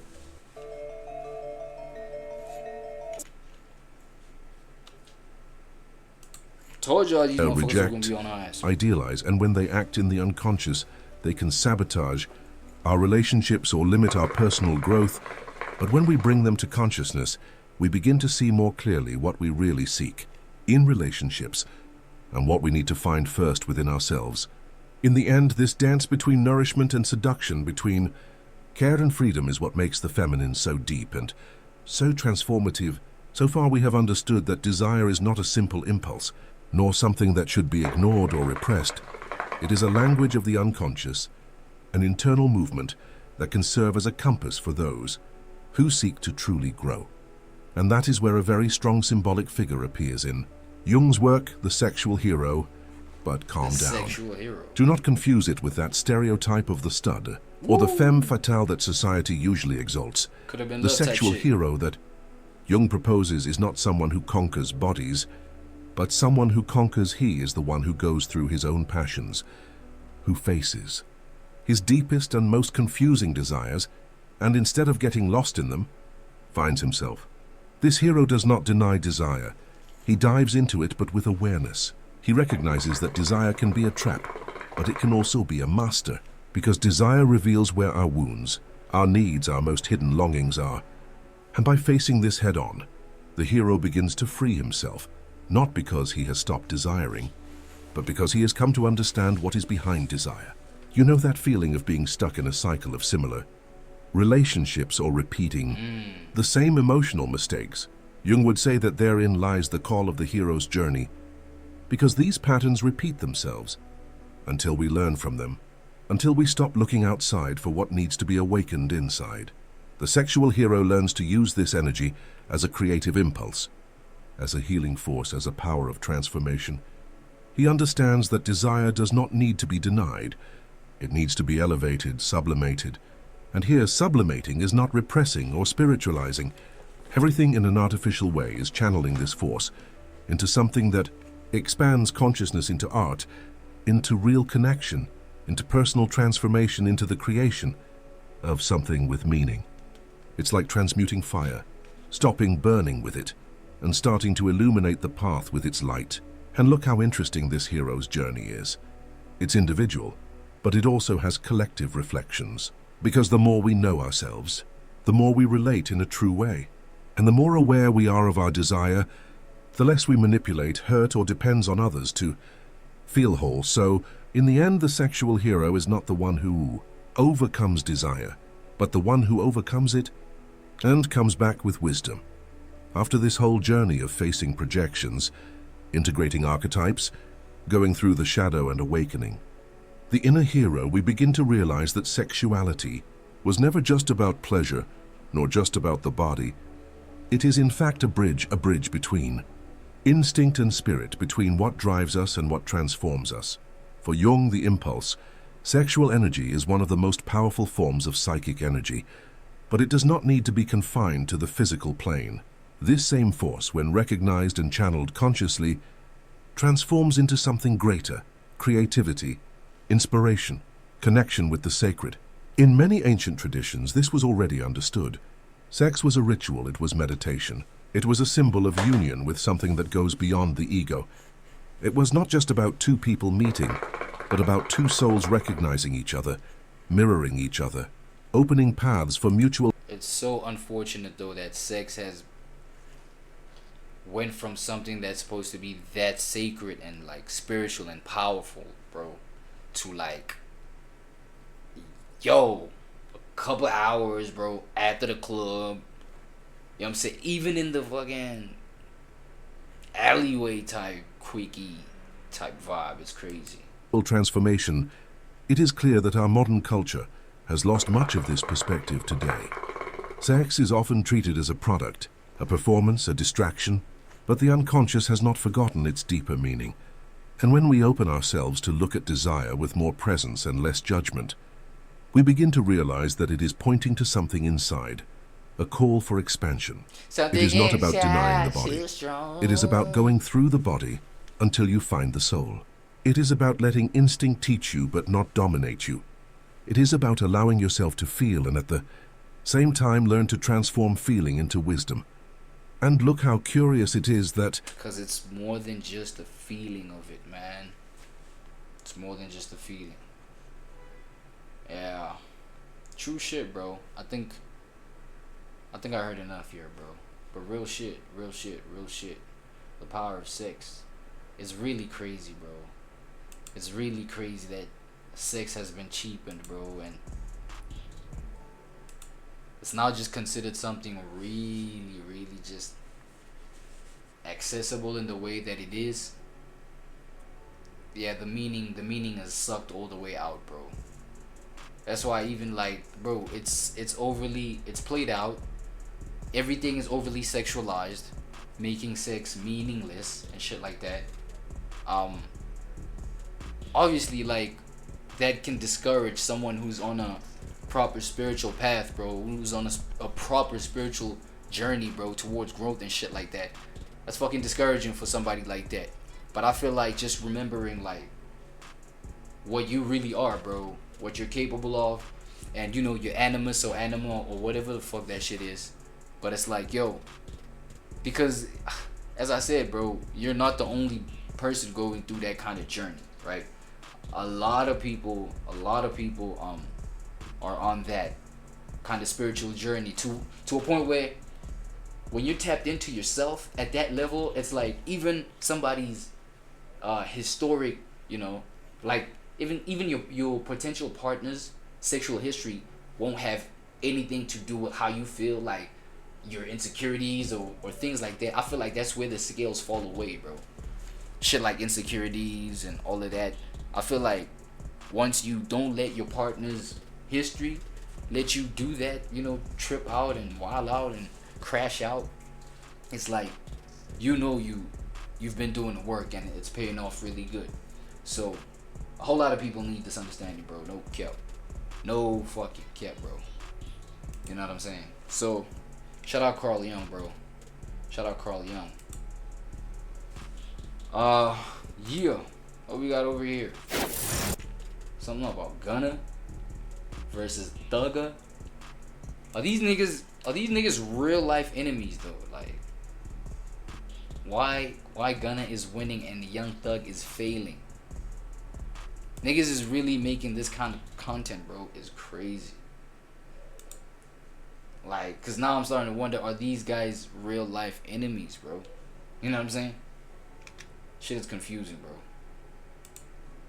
And today we're reacting to why Gunna is starving and Young Thug. And today we're reacting to why Gunna is starving and Young Thug is failing. Me and my partner are Berto are big Gunna Wanna fans, bro. You know what I'm saying? Yeah, shout out Gunna. Really, after with his big shift into, you know, working out and talking about grinding, we be, you know what I'm saying, from the swag, like we really just rock with Gunna, and we be having these conversations like, dang, bro, Gunna don't even look like he be on the drugs that he used to be on. That nigga still lean and shit. Nah, he be looking clean. I ain't gonna lie. Like the health thing too, it's working for him. Thug ain't bounced back from, you know, this thing that was going on, but Gunna did, even after all of that junk. He got a song on there called Still Prevailed or something. Woo! That being said, make sure y'all pull it to Twitch stream every Monday, Wednesday, Friday about 5 or 6 p.m. man. Let's do it.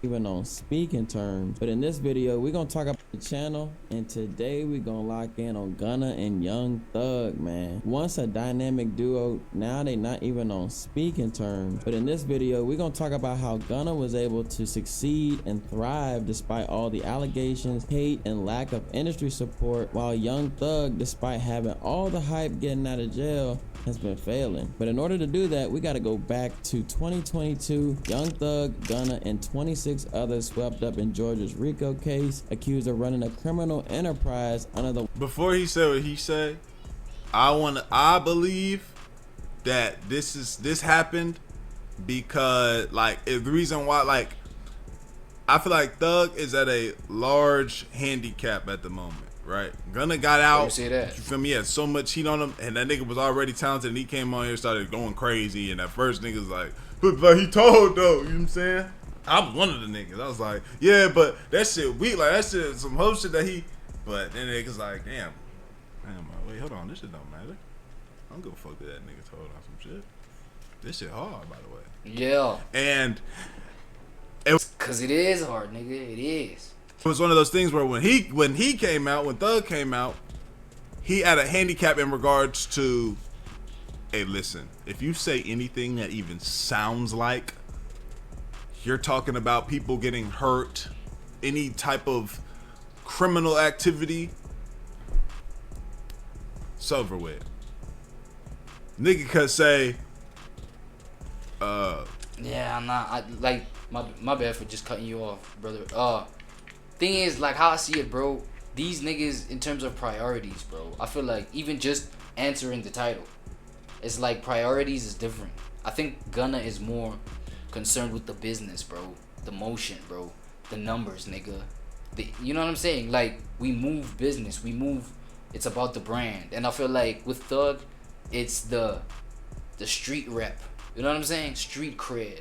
That's how I see it. That's just the POV that I got. It's like, Young Thug, obviously the whole thing with the Rico thing is, you know, it took a knock in terms of, like, in the streets, bro. Like, your street, like, your name, blah, blah, blah. But then again, I don't know how they be treating Thug in the streets. You feel me? Like, physical streets. I'm not there physically around him, wherever he's from. But I feel, you know, it may be cool. You feel me? Like, yeah, you out now. You know, you solid again. Blah blah blah. But in terms of the music, it's gonna suffer because I feel like that's where his priority lies. It's in the streets, not in the business, the music, and the blah blah. Whereas with Gunna, it's like straight out the gate, straight out the yard. That nigga, bro, hopped in the studio. You know what I'm saying? And he made hard shit because it's about that. Project that. Who a rat? Fuck it, nigga. I'm back. You know what I'm saying? So, like, and he went hard. He doubled down. And therefore, you know, he made, because obviously, you know, that shit comes with, like, I mean, your business is as good as, like, the image that you try to portray about it. You know what I'm saying? So obviously, you had to hit the gym, be healthy, all that kind of shit. And obviously, that brings elevation. You feel what I'm saying? I ran up to my mans, and they like, hold on, like, now he getting phone calls. Hey, this is the judge and the court and the jury on the line. We just wanted to know exactly what you meant by that. You feel me? And that's how he living now. And I don't think that's why. I think she's like, bro, it's not worth playing with fire like this, bro. YSL name. Suddenly, lyrics became evidence and affiliations became charges. Thug refused to take any deals, but Gunna decided that after 8 months of being locked up and having bail denied on several occasions, that he would negotiate a plea agreement that would allow him to come home early while Thug remained behind bars. At first, people were celebrating. Meek Mill tweeted in support of Gunna, welcoming him home, and blogs were calling it a win. But it wasn't long before court footage dropped exposing what actually led to his release. YSL is a music label and a gang, and you have personal knowledge that members or associates of YSL have committed crimes in furtherance of the gang. Yes, ma'am. Whoa. Alright. Wait, is this the first time that this footage comes out? I ain't gonna lie, I ain't knew about this one. That nigga said some things. Look. I ain't seen it. And I'm glad I ain't seen it because, you know what I'm saying? I don't want no rat should be reaching me. You know what I'm saying? But come on, bro. People still fuck with Gunna, bro. Come on. Give me some McDonald's. What? When you come back, I might remember something. Can you do that? Oh yeah. Big Mac, fries. Yeah. Done. This was he acted this? Gunna did the unthinkable. The narrative flipped instantly. People started labeling Gunna as a rat and began getting trolled for saying yes ma'am on the stand. Gunna want it, man. You can't be in the city doing all that ratting and shit. Rat ass. What? Meek eventually deleted his tweet and things started going downhill quickly for Gunna. But here's the thing.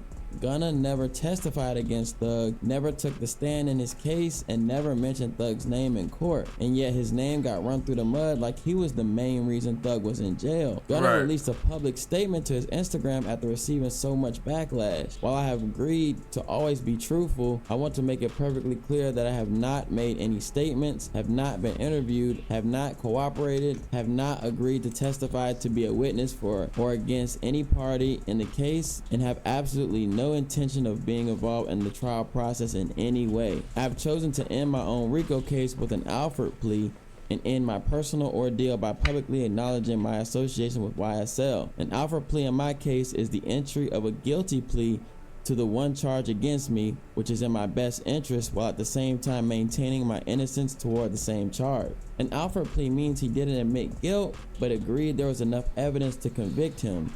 This caused a bigger conversation to take place in the industry on what can and can't be considered snitching, which has always felt like a moving target. Jewel Wicker would release an article that got the attention of Gunna's attorney Steve Sado, titled "Gunna's 2022 release from jail has raised speculation from hip-hop fans regarding snitching." Sado would defend these snitching allegations in response to this article by saying, "What was said at his Alford plea hearing was solely to resolve his own case. It cannot be used by the prosecution against Young Thug or any other defendant." But even with his attorney adding clarification and coming to his defense, it still was unclear whether Gunna's Alford plea could be considered snitching or not, and that courtroom footage felt impossible to overcome. It wasn't long before Gunna started losing all his industry support. Lil Baby unfollowed him. Lil Durk publicly distanced himself from him. You believe that Gunna told that Man, I don't sit up and play games, man. That man told. You should have went in there and kept your mouth closed. And even Weezy, his longtime friend and producer. The fuck you mean, nigga? I go in there, I keep my mouth closed. I'm there till this day, and there's no fire shit that's coming out. There's no fire music that we receive from Gunna and shit like that. Come on, bro. Niggas is unreasonable, nigga. I don't give a fuck about that street code shit, nigga. You know what I'm saying? I fuck with the music, dog.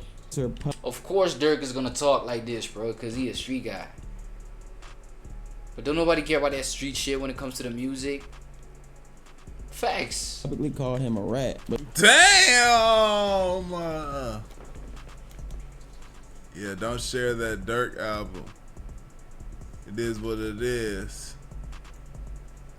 Top 10 Gunna. It is what it is. Freestyle stand on biz. Fuck. Whoa. Don't burn bridges. If Thug himself says fuck Gunna, I won't be mad at anyone. But for now, it seems y'all just gonna regret this shit. You lost. Yeah, what? Is Thug saying fuck Gunna?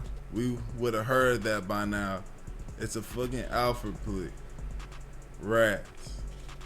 At least you smart enough not to say the shit you know to Gunna's face. Will make your apologies and backtracking easier. Damn. I'm a rat. But this is where Gunna's redemption arc truly began. Right. Gunna didn't beg for forgiveness. He didn't explain himself in interviews. He ain't explain shit. He ain't say. Nigga, he ain't have to. Ain't nothing. That nigga got on there and said, music talk. His first single, Bread and Butter, was a statement piece. He took shots at prosecutors, at fake friends, at the whole situation, and then he dropped A Gift and a Curse, a solo album with no... Oh, my shit right here, nigga. Back at it. Smoking, and it smell like it's crack at it. Come on, bro. That shit was so hard, man. This is my shit right here. No features, and a project that felt like a man rebuilding his foundation in real time and rapping for his life. You Mean blew up, TikTok, clubs, radio, Billboard, it was everywhere. And the fan base started shifting. Comments like "he ain't snitch on me" became facts. And then that nigga Turbo, the other producer, that nigga said, "Man, that's my man's. Boy, we about to go up." That wasn't just trolling. That was people choosing the music over those street politics. Music over the street politics. Done, bro. Done. All that blah blah blah blah shit. Yeah. You did this. You did that. You ain't had no bitch when you was in the motherfucking slammer, so you got handled like a fucking hammer now. You know what I'm saying? Nobody gives a fuck about that. So all that other street shit, yeah, Thug, you got that, bro. You got that, bro. Go ahead, nigga. Yeah. Go ahead towards a corner somewhere with that shit, bro. We care about the music. The music is what brings the business. Business what brings the money. That's all that matters. Sorry. His fan base evolved. His story became one of resilience, not scandal. Plus, his music never relied heavy on street content anyway. He was making hits, and that's what people showed up for. Now, contrast that with Thug. When he got released in October 2024, the culture erupted. IG stories from Nicki, Travis, Drake, they all showing him love. It felt like a moment. He had truly beaten the odds. Everyone had him counted out and thought that he was going to be put to jail for an extremely long time. But turns out his plea deal came with serious strings. Thug pled guilty and was sentenced to time served, but it also hit him with 15 years of probation, a 10-year ban from Metro Atlanta, and heavy restrictions. No gang references, no contact with former YSL affiliates. He even has to do anti-gang. Of course they're gonna squeeze your balls. And any misstep could land him right back inside. But something was odd. Yeah, I think Thug is just bitter that, you know, they done busted his balls, bro. He can't do shit, bro. They limited his ass so bad, you feel me? And that gotta hurt. I understand where you come from, gotta hurt. Thug requested the court to allow him to still be able to make music with Gunna despite all the drama online, whether or not he snitched. Mr. Williams have no contact with any of the co-defendants in this indictment, with the exception of Mr. Quantavious Greer, that is his biological brother, as well as Mr. Sergio Kitchens. He's a phenomenal artist. He goes perform known as Gunna, G-U-N-N-A. Mr. Williams and Mr. Kitchens are contractually obligated, and they frequently perform music. And while Gunna never did much talking online, his actions showed he still wanted to maintain his friendship relationship with Thug, despite the allegations yelling "free slime." I don't even think he should do that, bro. Nah, I feel like, bro, leave that nigga, bro. Do your thing, bro. Don't even show that you're trying to mend the relationship, dog. Like, fuck it. You should, like, I feel like he said some shit. He did say some shit, dog. He said some shit on the Gift and the Curse album. Oh, fuck. I'm trying to remember the song now. We gon' like, yeah, alright. That alright song. We gonna be alright. Something like that. YSL. We gonna be alright. Like, yeah, he has, like, clear intentions, pure intentions about, you know, what they had going on. But I feel like at this point, you said it in the music, bro. You know what I'm saying? You did that. Keep it there and keep it pushing, bro. I feel like you gotta advance to greater things, dog. You know what I mean? Don't be going after no forgiveness vibes. Oh, like, come on, bro. At this point, bro, I feel like you him over Thug, bro. You him over that nigga. I ain't gonna lie. On shows and performing a lot of their old collabs.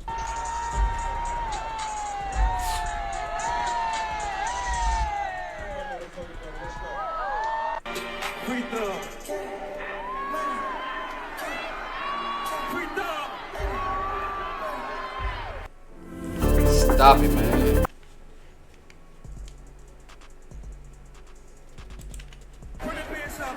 But that dynamic shifted when Thug tweeted just 1 month after his release, "Gunna, stop acting like we friends on the internet." I don't Look at that, dog. Nah. Oh, you my guy. That tweet hit different. It was the first. That's painful. That's crazy. And that means that really showed that them niggas were not really speaking like that. That's what I'm saying, because for you, bro, first of all, their priorities ain't aligned. Their priorities ain't aligned, bro.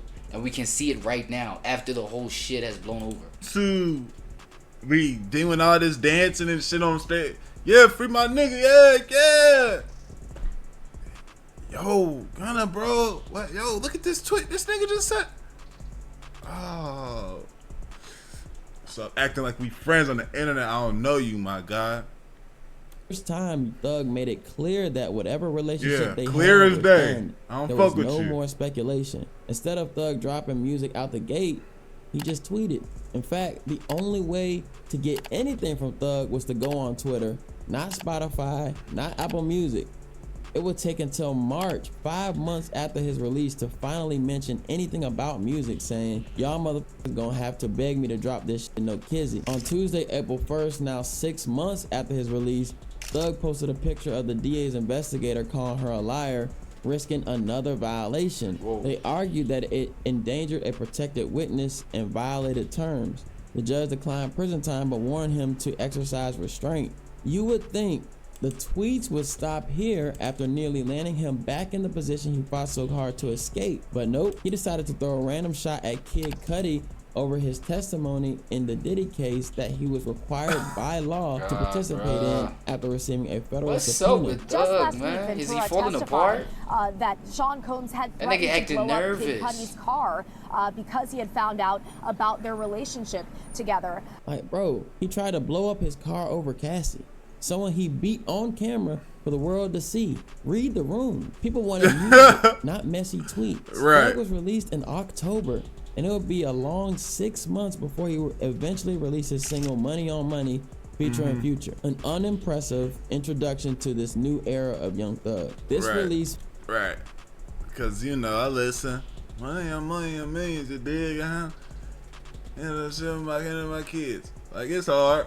It's cool, but I haven't played it in a while. You know what I'm saying? But that.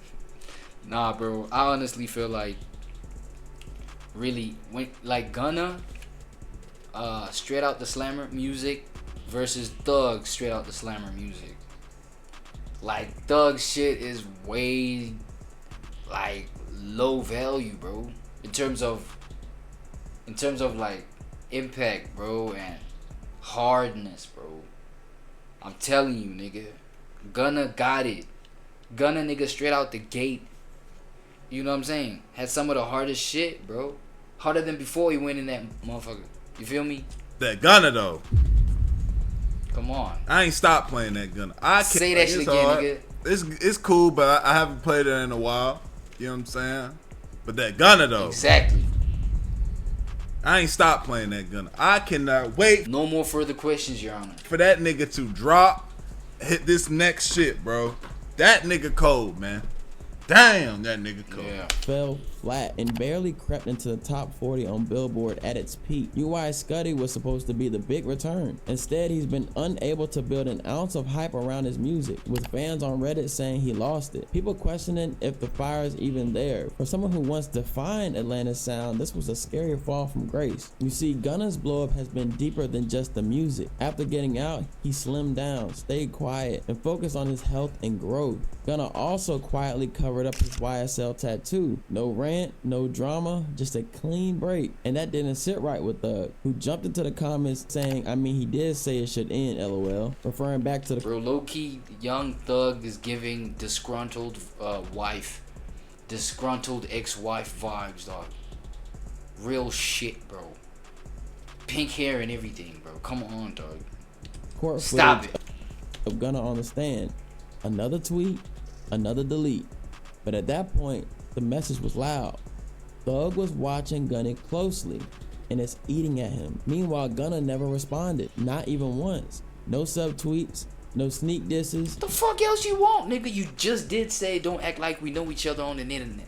We don't know each other, my guy. You said that shit. Now shut the fuck up and don't say shit about Gunna. That's it. Just more music, more wins, more hard shit. Moving like someone who already made peace with the fallout. Like someone who accepted that the old chapter is over and he's not begging to come back. But on Thug's end, it's like he's stuck. And honestly, this Reddit post said it best. For Thug to be this hot over Gunna tells me he knows Gunna would be just fine without him. And it bothers him. Now, to be fair, Thug brought Gunna into the game. He helped shape him, made space for him in YSL, and gave him a lane. So from Thug's perspective, this wasn't just industry beef.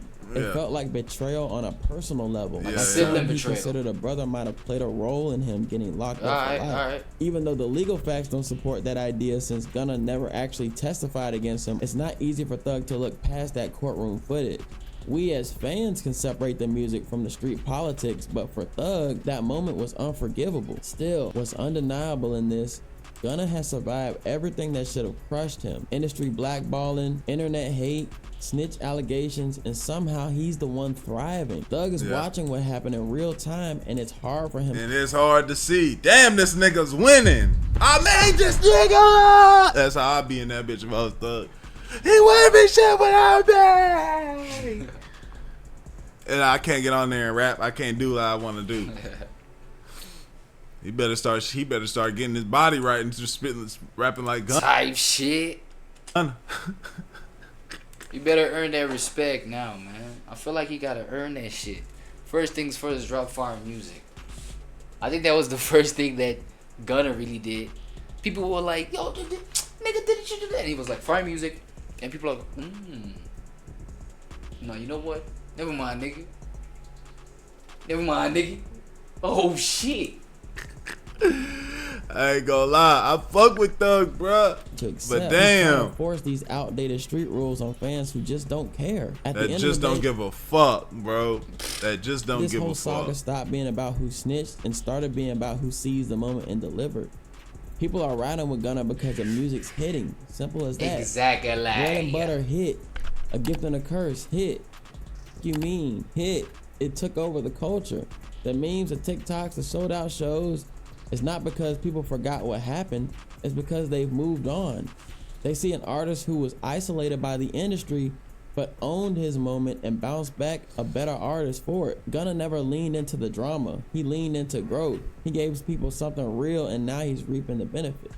Meanwhile, Thug is struggling to catch that same wave.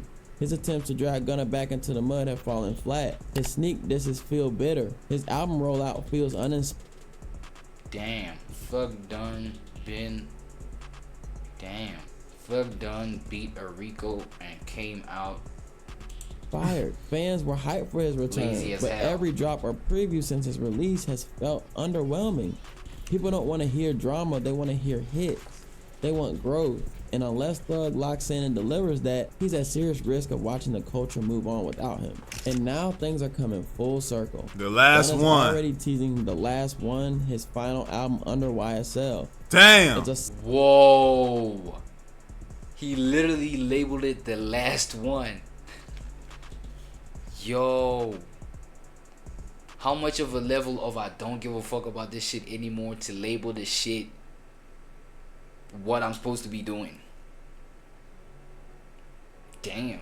That's like saying I ain't feeling y'all. It's like, alright, this the last one, right? Alright, I'm gonna title it the last one. God damn it, cause I'm out. Subtle but symbolic move. The title alone feels like a message, like he's tying up that. But I fuck with the fact that he said the last one as in W-U-N, cause he wanna. Nah, this is like a triple entendre, B. This is like a quadruple entendre, the last one. Bro, this is a quadruple entendre, big dog. Listen to me. This is so hard. It's the last one, right? But it's one because W-U-N-N-A instead of G-U-N-N-A, right? Wanna, you feel me?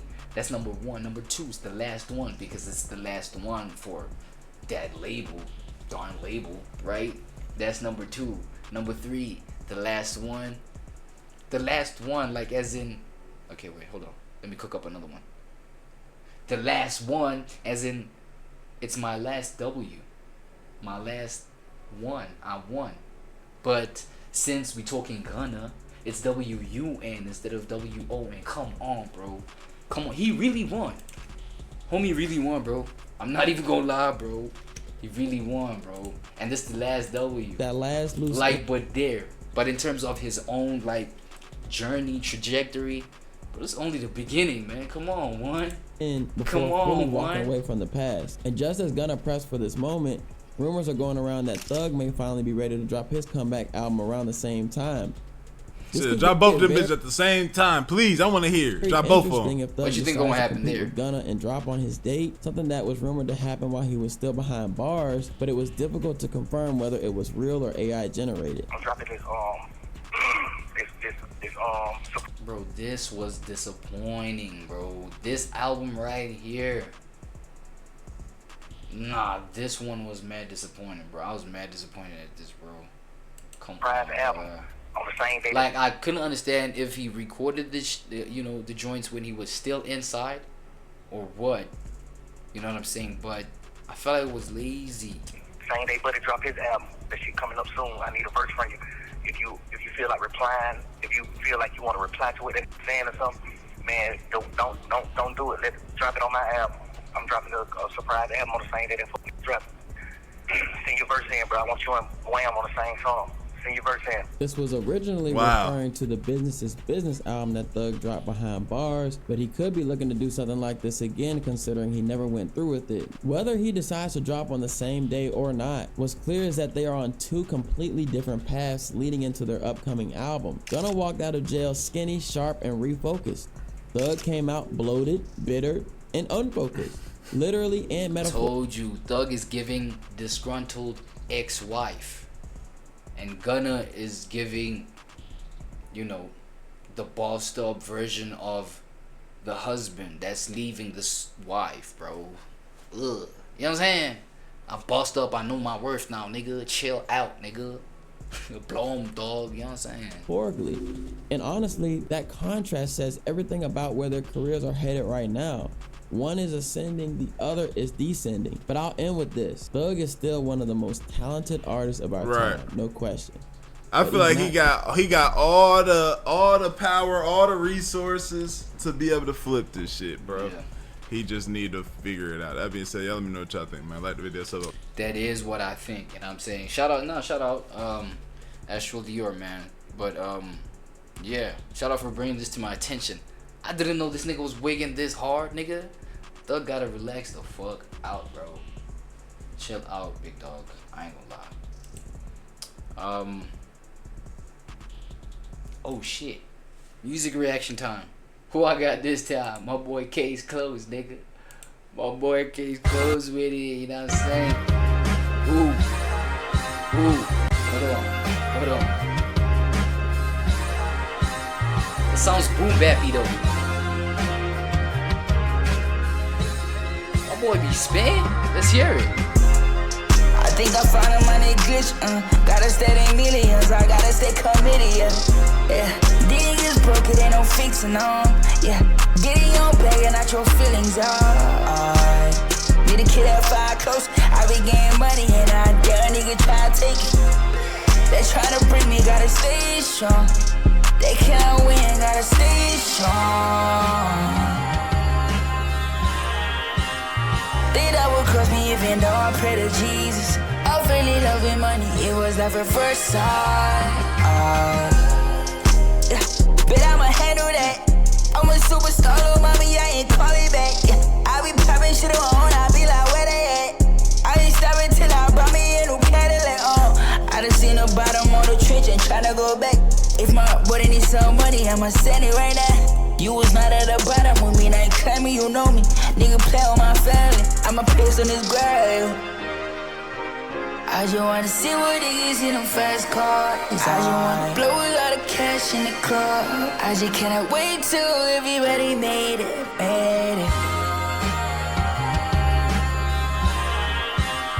They that would cross me even though I pray to Jesus. I really loving money, it was never first sight. I think I found a money glitch, gotta stay in millions, I gotta stay committed, yeah. Niggas broke, it ain't no fixing on, yeah. Get in your bag and not your feelings, need a kid at 5 close, I be getting money and I dare a nigga try to take it. They tryna bring me, gotta stay strong. They can't win, gotta stay strong.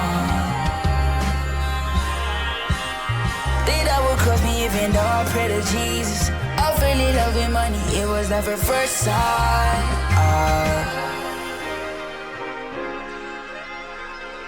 Damn, who hating on my boy though? Who hating on my son for real? Case closed in this thing, man. Case closed in this motherfucker, boy. You know, I see the comments, bro. I see the comments showing the boy some love, bro. I see the comments showing the boy love and shit like that.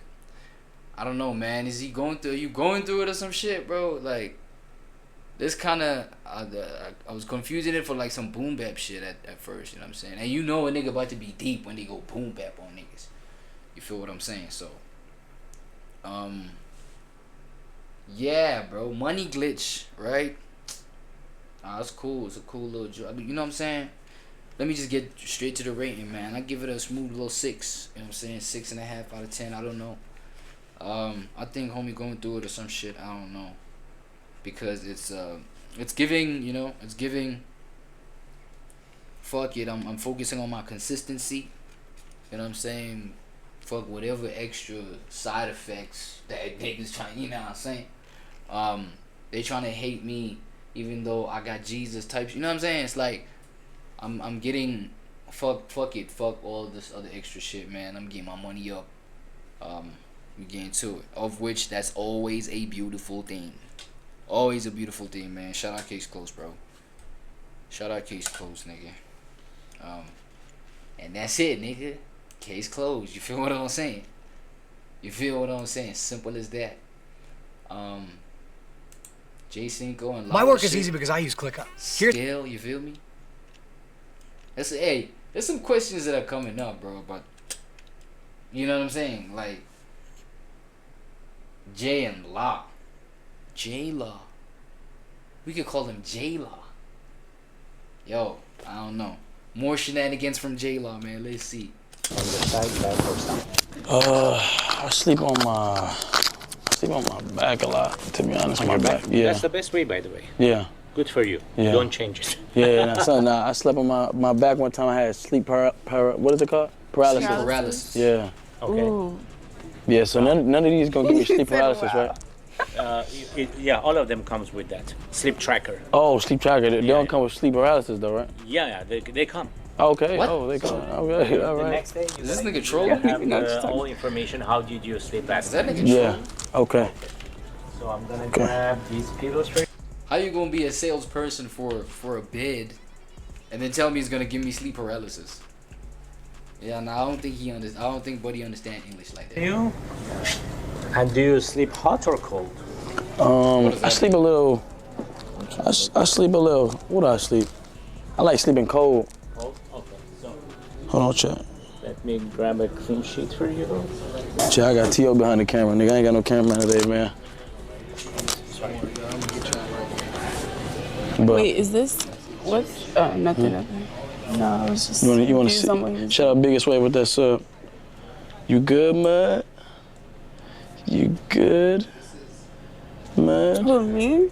I'm great. You good? They say, oh yeah, camera work's gonna be terrible. Can I have your name? Shout out Polar. Jaden? Jay? Jaden. Jaden. Yes. His name is Jay, by the way. Oh, wow. Ooh. Huh? Why you worried about it? No, I'm just. Why you worried about who named Jaden? I'm not. Like, what's up? Like, what you wanna do? I'm not worried. I'm just, curious. Jaden? Yes. Yes. Does this have movement? Yeah. Motion? Motion absorbent? Yeah. I like to have a bed that absorbs the motion in the ocean. See? What's that? What's it what? just shows you that. What is this? Get us both in there too. That's special. You said, oh, the motion. Wait, your side moving up to it or just mine? So. I like this. This would have you never get out the bed. No, bro. Nah, I ain't gonna lie, chat. I need me a bed with a TV like this, though. This little ball player, though. But that would literally make you never want to get out of bed. But that's the point, though. Is it? Yes. Oh, no, that's kind of dangerous. It's kind of dangerous. Well, for me, it would be. Yeah, bro. I'm getting sleepy right now. She don't get out her bed any goddamn way. I'm getting sleepy. Chat, I got Tim's on, gang. Like, I'm overly, like, I got aura, gang. Like, yeah. Now, how you doing, though? What's your name? So I'm just waiting Who are you? all the movements and everything, okay? He's gonna come back to you guys and explain all the related things. What if we just fell asleep? I know, right? Thank you so much, my brother. I'm sorry. Mike's low. It said Tio got the meanest fart loading. That's crazy, bro. Chat W4100 chat. It's a quick stream today. I ain't gonna lie. Tomorrow I'm 100% back, bro. Tomorrow we gonna really go shopping tomorrow. We gotta go house shopping tomorrow. We go house shopping tomorrow. Yeah. Yeah. We should go. All right, I can't tell you, but yeah. What? Hold on. No, I was just gonna say hike, but. Oh yeah, we should go on a hike. We should, yeah. Bed shopping now. I gotta AllWorldsADay AI voiceover feature allows you to turn your words into voices you never thought you had. Simply pick one out of the many voices that best fits your video, select your desired language, type in the text of your voiceover, and adjust voice settings such as the accent, speed, and emotion. And boom, just like that, you have a high-quality voiceover in only a few seconds. Honestly, you'll be amazed by how good these voiceovers actually turn out. In my time on this earth, I've learned that the right story can change a person's life. Especially with videos, you can immerse the viewer into an alternate reality. If you want to save time and speed up your creative process, then this AI feature is going to change your workflow forever. So head over to AllWorldsADay and check it out for yourself.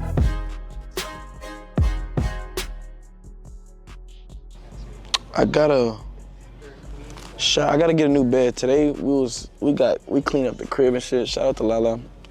She helped me clean the crib, bro. Like, yeah, like when I mean my shit was like a tornado gang. Like, it's perfect now.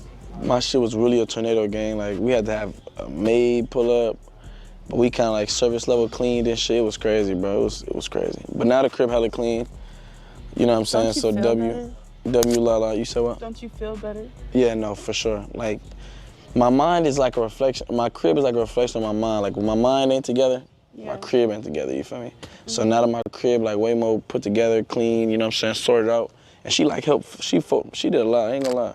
I ain't gonna lie, like, I gotta give you something, like, for real. Like, I got to, for real. But now she literally folded all my clothes, hung my clothes up. It would have never got done. That's why I was like, yeah, you just gotta do it. Nah, yeah, she was helping like crazy though. But we finna, I gotta buy a new bed. You can have these buttons. Oh yeah, let me see this. So it's for the lifting of the head part and the... do you have vibrator motion? Yeah. You wanna... Like for a massage. I would hope. What the hell? Sorry. I'm just asking. Okay. Oh, it just started. Okay, let it work itself. Yeah. When it finished, then you gotta do it yourself. Talking about some, is it for the bed? Duh. That's what I meant. Shout out XO, that's she on some freak shit. No. I meant, never mind. They said freaky as hell. No. Yeah, ass bed. Yeah, I like this bed. Yeah. This shit finna get the vibrating this. Nah, this shit, hey, look, Teal, get right here. Get like this, they got the ocean and shit. Ooh, I like this. I would never get out of bed. For real? I'm finna get this for you then. So like, let's say like we did a sleep stream and I got this bed. You would never leave my crib type shit? I wouldn't want to because this is so comfortable. So you would never want to leave my side type shit? No, never. It's so comfortable.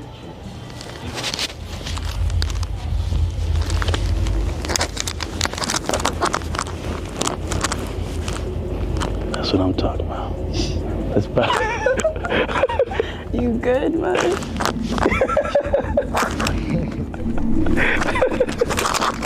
You said what? You said what? You good, man. Who you feeling like? This is really dangerous, though. It's so comfortable. See, I don't really get mattresses like this for that reason. It just needs to be good enough. She says, you good, mud? Alright, one thing I want to know, bro. These niggas, are they finna move in together? Cause like, how do you go bed shopping and y'all only like just casually dating or some shit like that? Cause it's either, okay, here's one thing that's really confusing about this content shit, bro. You never know if niggas is really serious about what they be doing or nah, it's just some content shit. Because, you know, if it's some content shit, we can easily chalk it up to, okay, cool. They just went bed shopping just to create the perception that, you know what I'm saying? I don't know. They trying to, like, move in together, blah, blah, blah. Just to create some sort of perception. And then after that, like, no bed was paid for, nigga. Like, no, like, nothing. Y'all went, you know, out that shop with, like, some virtual content that you can share with y'all supporters and shit like that. Nigga, like... Unless y'all buying the bed for real. And I'm trying to know that, nigga, is... Y'all moving in together, nigga? Like, y'all move... Like, because if that's the case, bro, like, this nigga single turbo speed, bro. In terms of relationships, you be moving so fast, bro. Cause I mean, when did these niggas meet, bro? Seriously. Damn. Nah, girl, what's up? Girl, what's up? You know, I'm trying to. You trying to I'm trying to count your shoulder. Story? I'm trying to count your shoulder real quick. Let me count your shoulder real quick. Yeah, I'm good, man. Yeah, I'm good, man. I could really go to sleep. Let's go. Come on, let's test the bed. Let's go to sleep. Shut up, man. Come on. That nigga really moaning and shit. You know sharks don't sleep, right? Yeah, they do.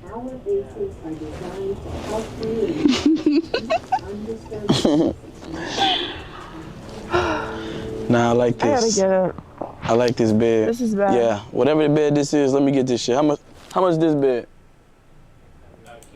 Yeah, I don't care how much this bed is. I need this bed. I don't care. This shit probably like $1,500. I need this bed, gang. How much this bed is? Well, he finna above the price.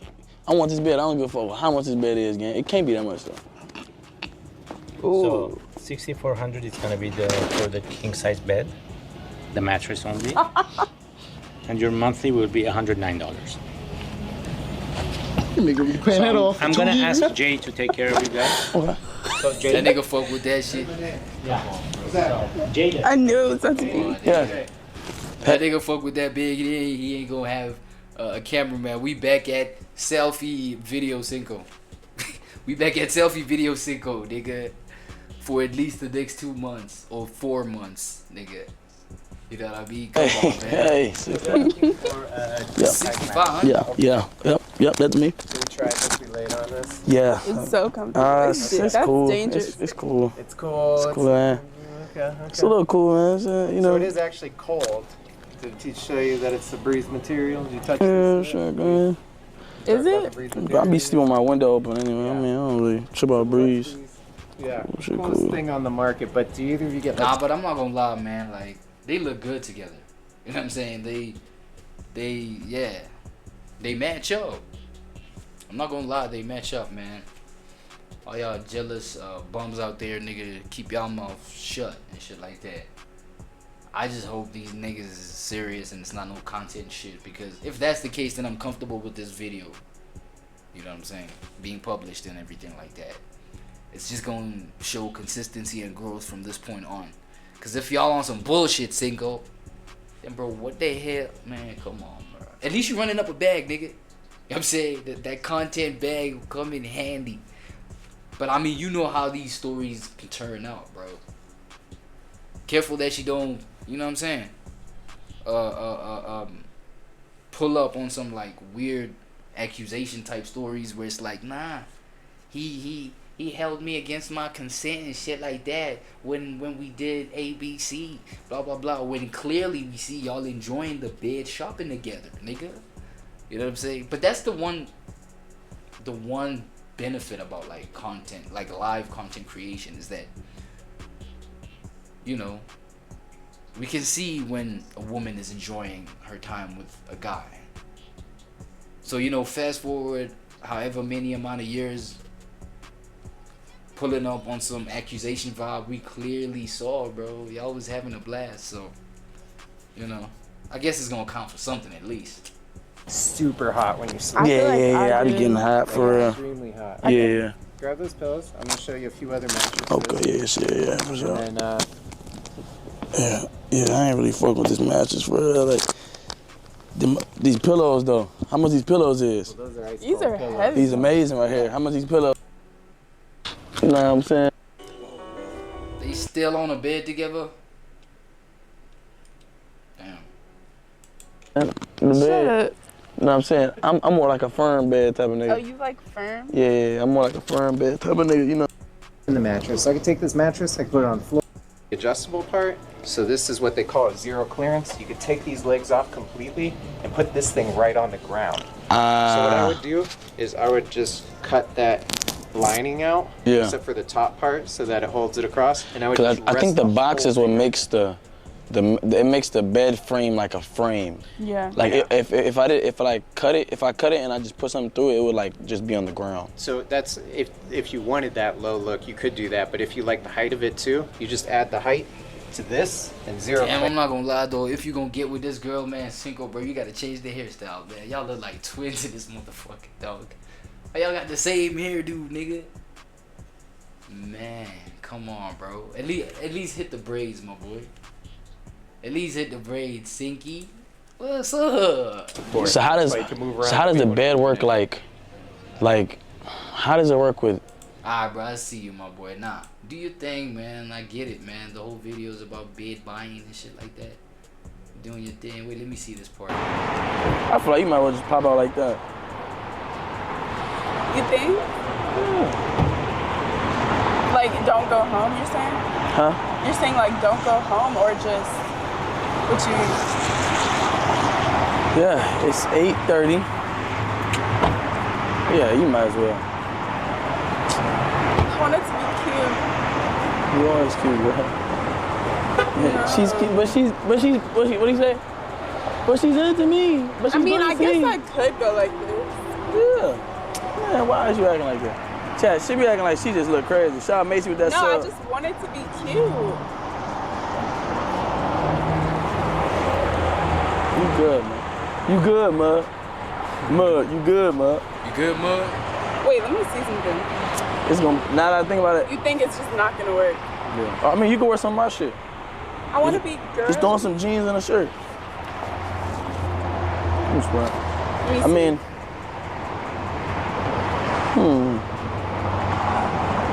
she's gorgeous to me. She's gorgeous to me. If I did go home, I would just be able to change and then I'd have to leave. So I could do that. You can do that? Yeah. I want to get cute. What you want to do? A little bit. Why you keep talking this? Our universe. On May 1st, 2025, Solomati made his long-awaited return to streaming after almost 5 years. His return was met with everyone in the community showing him love, with memorable moments that will last years. But after an unexpected sequence of events transpired, So would stop uploading content altogether, leaving his viewers wondering what happened. Similar to my previous video on Black Boy Max, I'm here to give you the answers. He disappeared too? Let's get into it. In Solomati's return, we saw him collaborate with Flight Reacts in a legendary 2v2/1v1 on NBA 2K that saw him peak. On May 1st, 2025, Solomati made his sequence of listeners and surprisingly because like 80,000 viewers after legendary 2v2/1v1 on NBA 2K that saw him peaking at over 80,000 viewers. That's and surprisingly squashed the beef with his arch nemesis. 80,000 viewers after pretty much disappearing for 5 years is insane. Disappearing again is even crazier to me. Cause like a nigga like Illuminati, bro, I don't get it. Cause like for sure, like I rock with him. He was a huge inspiration to me. But my nigga, bro, listen. I feel like ever since we received the artists like Kendrick Lamar, come on, bro. This whole mysterious vibe thing, disappearing and then coming back after 5 years, more stronger with more emotion. Come on, dog. That shit is a living thing, bro.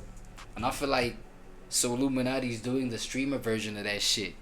You know what I'm saying? Because it's like every time this nigga disappears, it's like there's even more people waiting to see like what he about to come back out with. You feel what I'm saying? all you have to do is play the game and react to videos all day. You don't edit, you don't do nothing, and you can easily touch $500,000 a month. I don't get why somebody wouldn't do that. I don't give a damn what's going on in my life. Like, nigga, I'ma go to work. You know what I'm saying? I'ma clock in and, you know, whatever I'm doing. So it's like, I don't get even that. coming to his defense in another situation. And how could we forget his evisceration of streamer Zoe Spencer, which was pretty entertaining. Throughout the entire month of May, So streamed pretty consistently and uploaded YouTube videos every other day, often giving updates to his community about the big streams that he had planned. He even put these big events on the calendar. Bro, that's what I'm saying. The calendar events, what happened to those? This nigga had a whole lot of X's crossed off, bro. This nigga was planning a whole, I don't know what the fuck this nigga was planning. But he was talking a whole bunch of shit, talking about, I don't even know, bro. He even got D Green, you know what I'm saying, as one of his editors and shit like that. Bro, this nigga employed somebody and then went on leave. Like, what the fuck? It's like, if the boss is not there and I just got employed, who the fuck's supposed to tell me what I'm supposed to do in the job, man? Man, come on, man.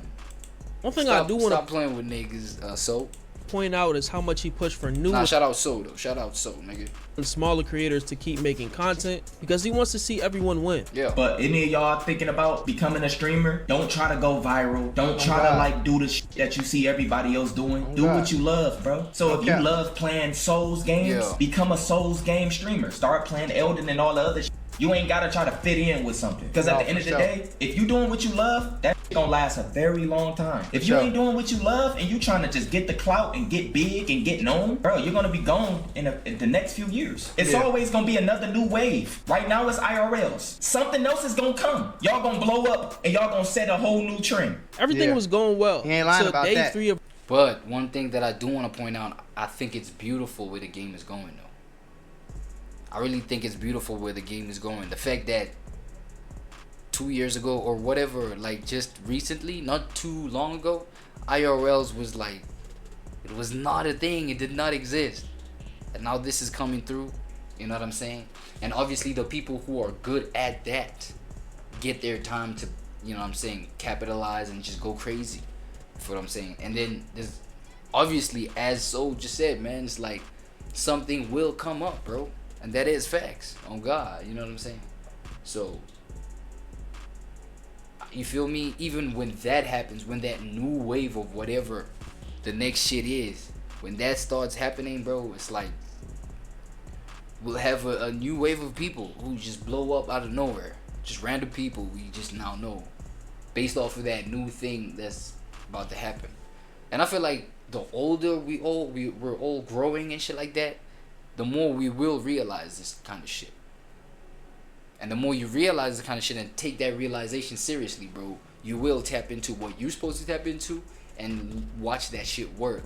Because you're not just doing shit for clout and blah blah blah. You're actually seeing how shit goes, how the cycles of life goes and trends and shit like that, and you'll just like kill it wherever you're supposed to kill it.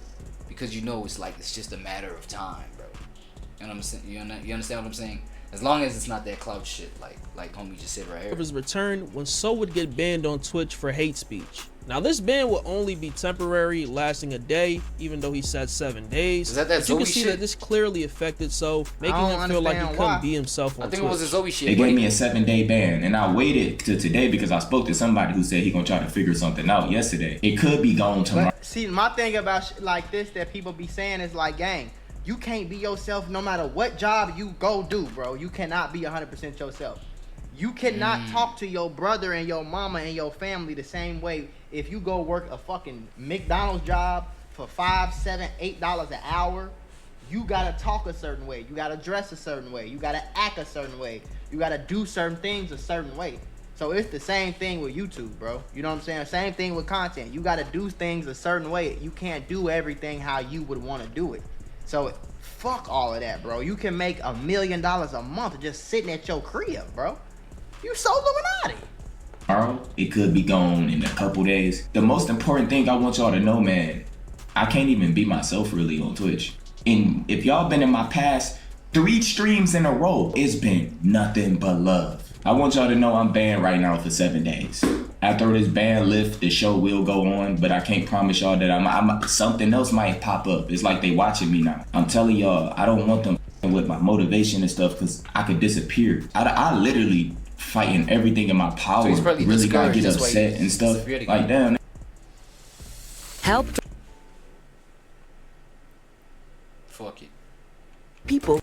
I broke my streak yesterday. I thought I was banned. I had to hit the blunt. I'm sorry. In order for him to get unbanned, So had to answer a hate speech questionnaire. They made me take a test. I had to take a test. It was like 20 questions on there. It was like a hateful something test. And they said if I passed the test, then they'd unban. Is that the TOS boys?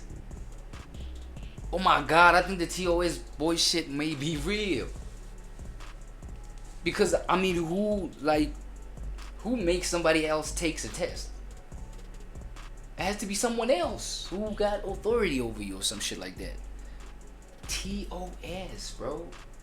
This shit really is real, bro. Oh my gosh. Yeah. My account. I passed that shit. I got everyone right. And everything they had on there, I didn't do. What type of test they be? What kind of test is this, man? I didn't send no hate to nobody, bro. Right. I was just talking. But I'm here to spread love. I know Twitch staff, a lot of people might be in here. I ain't on here. I'm here to spread love, positivity. I just want to have fun with my shit. It would be business as usual after getting unbanned, but So would slowly start realizing when he would talk about certain topics, his stream would start to lag for certain viewers and even give them ads without his knowledge. This will cause him to think about streaming on Kick, but only for a hefty contract. First of all, they told me it was some Twitch representatives in my. They seen them coming in and out, And I got this during my stream. It was 1:39 p.m. Dude said, and some of y'all probably noticed this. He said, every time you say something on the edge of what could be TOS, they either freeze or buffer your stream. I had no clue my stream been freezing while I'm talking. And when I went back and looked at it, because I had to log out and watch it like from a regular point of view, my streams, they be freezing my streams when I'm talking. My streams don't lag on my end. So when I'm saying certain shit, when I'm starting to get into some real shit, they starting to delay and lag my streams to where y'all gotta catch back up. And he said, most importantly, every time you say something, 3 ads pop up. I haven't called not 1 ad since I've been streaming. I don't even know how to do that. So they spamming ads in the middle of me talking and getting my point across. They doing all type of weird shit on Twitch, and I don't like it. Whenever it's something that's a little bit near TOS, y'all giving me fake ads. I ain't getting paid for that shit. And we've been growing massively on Twitch. And then, bro, Aiden, bro, what the f y'all got going on Kick? Bro, ain't nobody about to just walk to Kick for and free. You better cut a piece of that steak. You talking about me bringing a... That don't make sense. You better cut a piece of that steak, nigga. Simple. Yo, it didn't crash now. Yo, see, it's like, okay, I get it. Don't get me wrong. But my guy, you on Twitch for free? You on Twitch for free. You complaining about Twitch. Instead of... Yes, bro. Cook, my brother.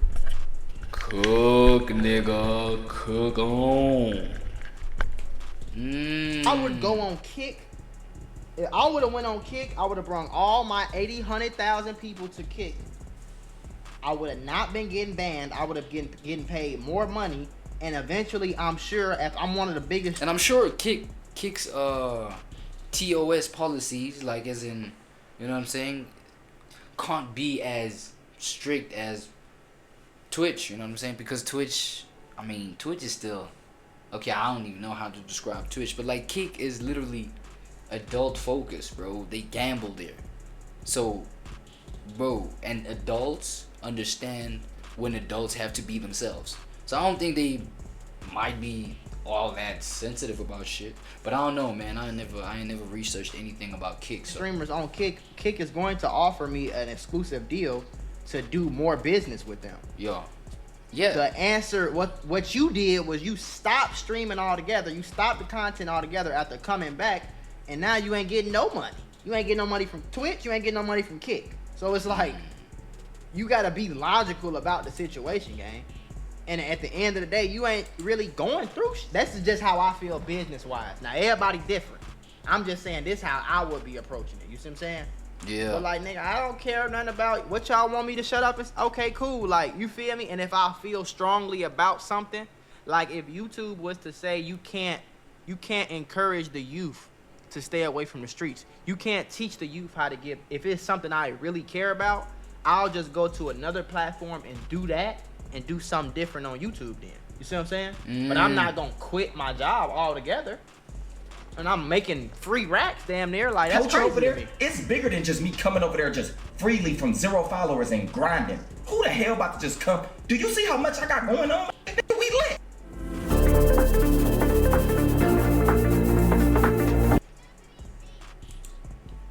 21st, 2025, after gaining over 20,000 subscribers and almost 200,000 followers, SSUBB-UPP would get banned on Twitch for the 2nd time since his return. He would drop a video that same day You getting 400K. All you doing is talking about how you got banned. You getting 400K. That's $4,000, bro. Like, banned again. That's crazy. I'm out. Where he talks about potentially streaming on Kick for the rest of the year if they agree on a deal. I know so often trolls and stuff, but he seems super defeated in this video.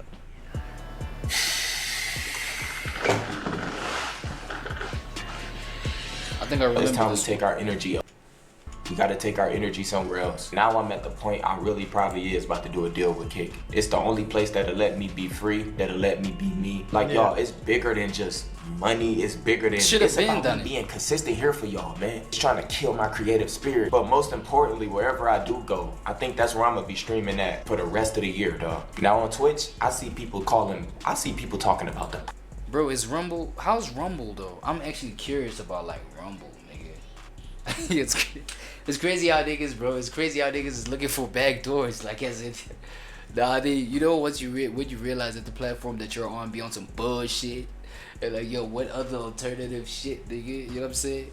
Yeah, the Temu version. Where's the Temu version of that? Yeah, like let's do that. Like, president. Come on, I see people saying people is a disgusting person. People roasting each other all the time. Give me the Alibaba Express version of that shit. Talk all the time. I see thoughts twerking. I see so much stuff going on Twitch. I'm the only nigga that get banned, bro. I don't know what I did, y'all. Y'all tell me, what did I do this time? All I was doing was talking shit just like everybody else. I didn't use no words that got to do with TOS. And all I was doing was responding to somebody who said a lot of negative things about my family and stuff. So I can't even respond no more. I told y'all I don't feel safe on Twitch. Now y'all see, I gotta question everything I do.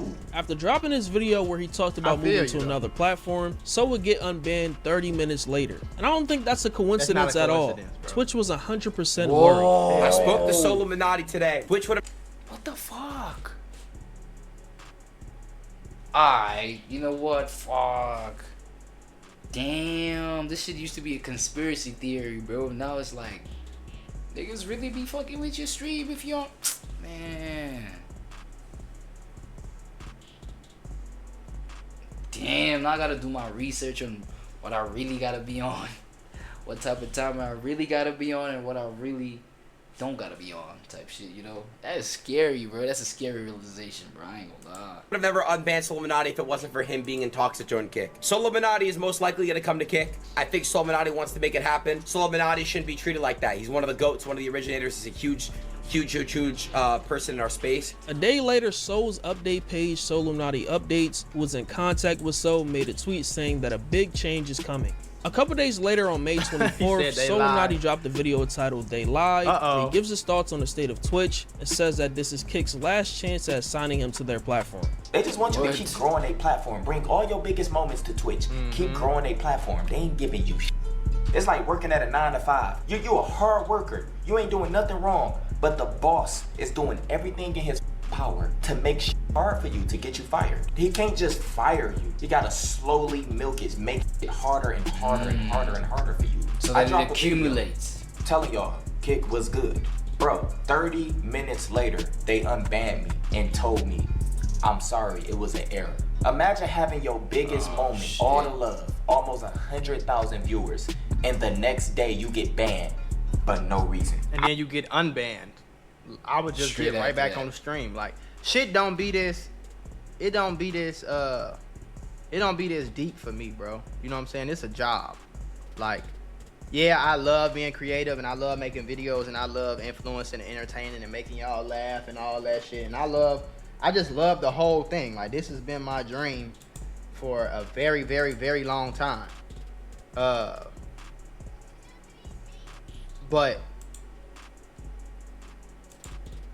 like, it's just not that deep to me though. At the same time, it's just not that deep. Like, if they ban me, like on my main channel, I got demonetized on my main channel.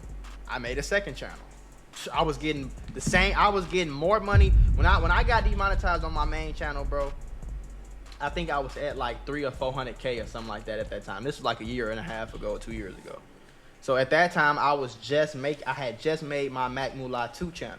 So I just started uploading everything that was on my main channel to my second channel. Recently, like a few months ago, I had got a strike on my main channel. So all the same videos I was posting on my main channel, I just posted on my second channel. They didn't make me as much money, but once the strike was over with, I just went back to my main channel, kept posting on my second channel and all my other channels. You know what I'm saying? You just kind of gotta roll with the punches of life. Nah, I gotta understand, like, I gotta understand these platforms in terms of service and shit like that, bro. You know what I'm saying? Cause fuck. I mean, at the end of the day, you gon' do what you gotta do. Like, they ban you here, you gonna come up with, I don't know, some sort of plan. Okay, how can I develop a second channel or whatever? Go to another platform or do whatever. But this shit, man, it sounds draining, bro. You can't let shit like this derail you when you one of the biggest streamers in the world and you got Kick begging you to come over there. You know what I'm saying? Like, you could have, I would have, same day, kick.com/woo. Hey, y'all, I'm be on Kick. Y'all fuck with me on Kick. And you would have had 5, 10, 20,000 people over there. You would have made money instantly. You know what I'm saying? Yeah. I think it just seemed like he let this shit get to him. He let this, like, almost like this spiritual warfare. He let this shit really mess with his creativity. He let it mess with his goals and shit, you know? With his momentum and shit. And he like kind of like fake let it stress. I'm really good at that, like not letting, like I'll be stressed, but I won't be stressed. Like I'm not gonna let shit stress but you don't show it type shit. And if it do stress me out, I'm not gonna let it change nothing. Like, yeah, I'm stressed. Yeah. I might go smoke a little. I might go hit the loud. You know what I'm saying? Make sure it's rolled up in grabber leaf and all that. But I'm not going. Oh, fuck it. I ain't streaming no more. I ain't gonna never do that. You know I spoke to Aiden today on the phone. Same with me, man. Feel like that's another thing, bro. Consistency. I feel like imagine if Soul streamed every day or every week, like maybe let's say 4 times a week, bro. Regardless of what happens. Okay, they banned me here. I'm gonna do it on YouTube Live. I'm gonna do it on TikTok Live. I'm gonna do it on even Rumble. I don't know if Rumble goes live, but you know what I'm saying. I'm gonna just do what I gotta do regardless, type shit. You know what I'm saying. I feel like I respect this nigga, man. But this nigga may be one of the pettiest niggas, bro, after Drake.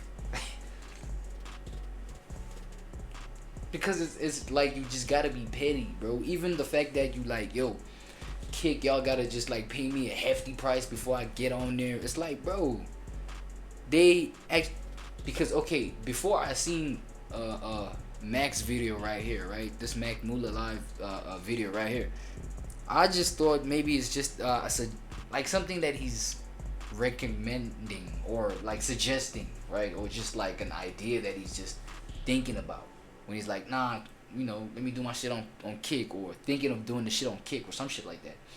But Kick is already aware of you, bro. Kick is already aware of the fact that, bro, you're a giant in this motherfucker. You're a big nigga. You know what I'm saying? Pull up this side and whatever, you know what I'm saying? But now you're going to have to go and set a standard. But now you want to go set a standard for yourself, like a high-ass standard for yourself. Nah, I'm not pulling up there till you pay me $3 million. It's like, come on, bro. That's like petty. That's really petty. That reminds me of Drake right there, man. Come on, man. Bro, these is so close to selling the f***ing bag, and it has nothing to do with Aiden. Kick up in the past by signing and ain't get nothing in return. They got their money and dip. Now right. Kick have to devalue everybody. To be honest, it seems like y'all don't give a about the streaming shit no more because y'all making so much money with the casino. The gambling, yeah. That's the vibes I'm getting from y'all. This is y'all last chance to actually shift a culture. Wait, hold on.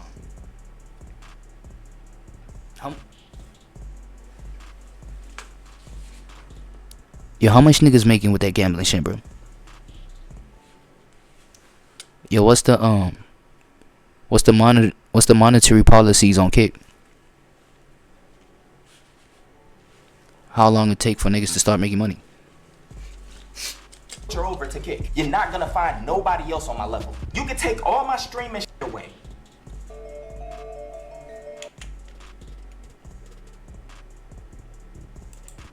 I'm still here. So you're not just signing a streamer. You're signing a nigga with a voice who's bringing a whole culture to your and the personality. This is why I said you can't compare me to a regular streaming.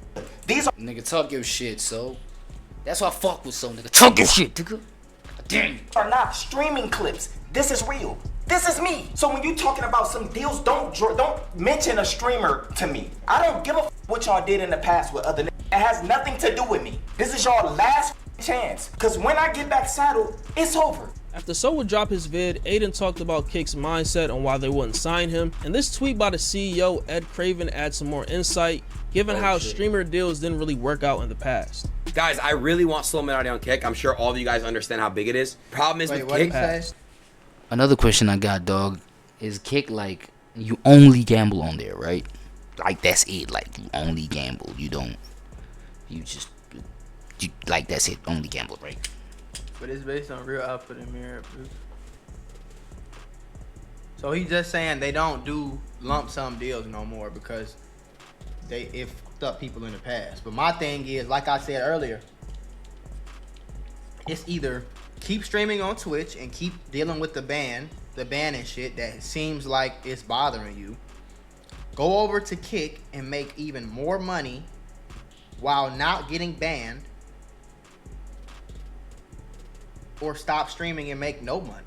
So it's like you really playing yourself kind of by you. I understand you want some lump sum money because other people got it, but they not doing that no more, bro. You get what I'm saying? So they know you a big streamer, but they not doing that no more. But you have an opportunity to go over there, be creative, be free, not get banned, keep a bigger percentage of your stuff, and still not have to deal with all that though. You see what I'm saying? Like it's a guys, lose-lose. I really want Slow Minardi on Kick. I'm sure all of you guys understand how big it is. Problem is with Kick, they don't offer deals. They don't do that anymore because their mindset is like, look, we don't need to pay for anyone because everyone's naturally gonna come over here, especially if they have a risk to get banned. Right. Slow Minardi's a target on Twitch. Right. We all know this. Right. So how they're thinking is, okay, eventually Slow Minardi's gonna come to Kick. I might have to put up my own money for Slow Minardi. I literally might have to work something out with him that I would pay him to stream on Kick. Yeah. I do want to see him come to Kick. So I might just do that for this special occasion because they don't want to pay the money, so I might just have to do it. In the beginning of June 2025. Is this nigga about the employee SSUBB-UPP?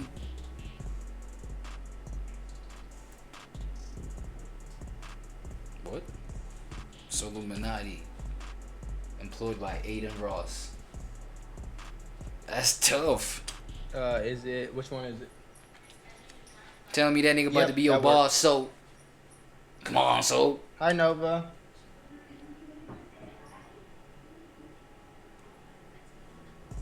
Huh? Yeah, whatever you think. Whatever you think.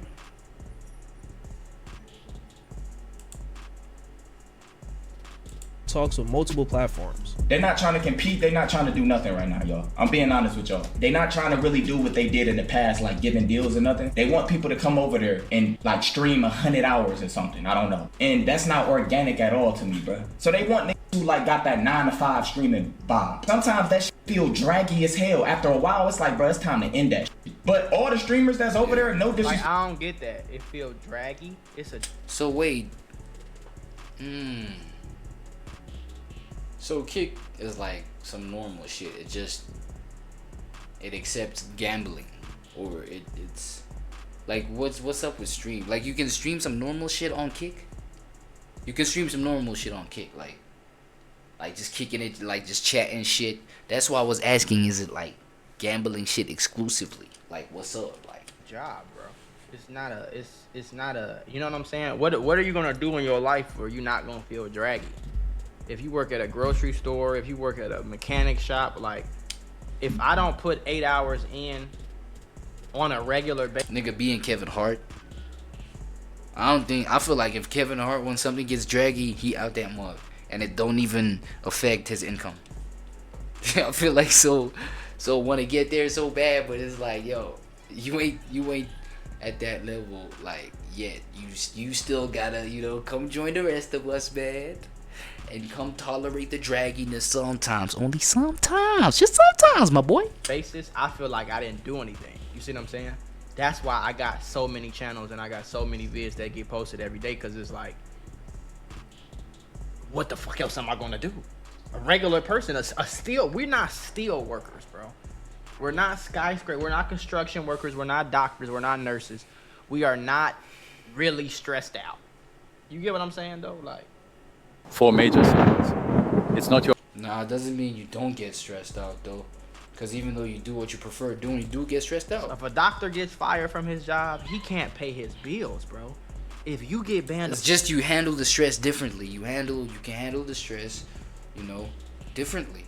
If you're doing what you prefer doing versus doing like something you have to do because what I'm saying, oh well, we gotta survive and some shit. On Twitch, you can go to YouTube and like, you get what I mean? So it's like, Respect to none of them. That's just how I they feel, sold the bag, yo. The higher ups, the CEOs, they ain't offering nothing over there. They perfectly fine. You ain't, cause I ain't gonna lie to you, Twitch ain't pay you nothing to come over there. Twitch is not paying you shit to stream on their platform, and they're banning you. So why? With what they have, this is the reason why they haven't got no. Yeah, Mac, I think you cooking. Yeah, Mac, you got a point, bro. They don't be paying them nothing over there.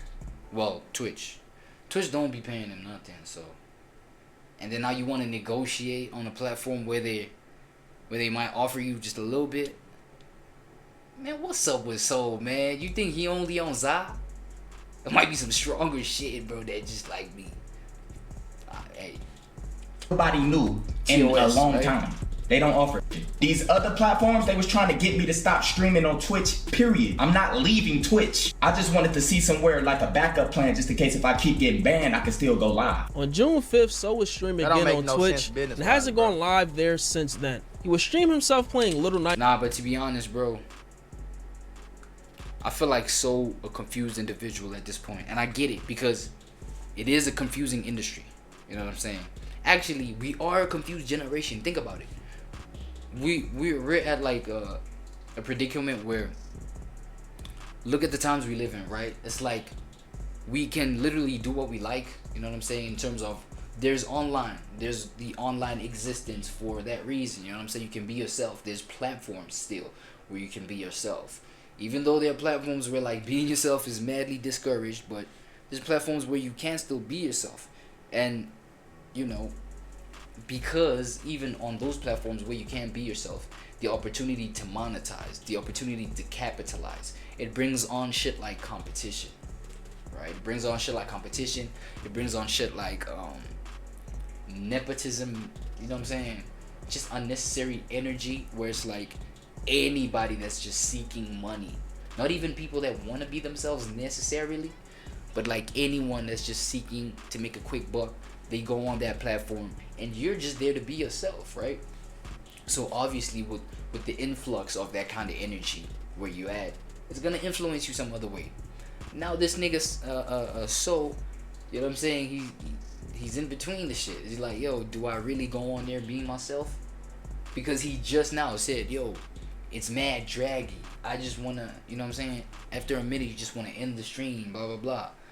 But you know what I'm saying? It's like you just, okay, so that means you do want to be yourself, like on some streaming vibe. It's just obviously you're afraid of being banned because you are a bannable nigga. So, but it's like you just asked Kick for a hefty price to get on a shit.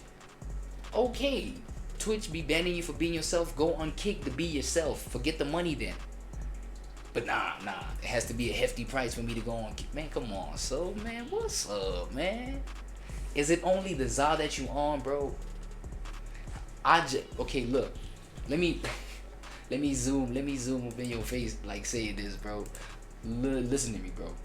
I listen and I don't judge. Look, nobody watches my shit. Like, look at my views, nigga. You know what I'm saying? So I listen and I don't judge. You can literally tell me, nigga, what's up? What is you on? It might not, like, I'm starting to suspect it might not just be Zah, dog.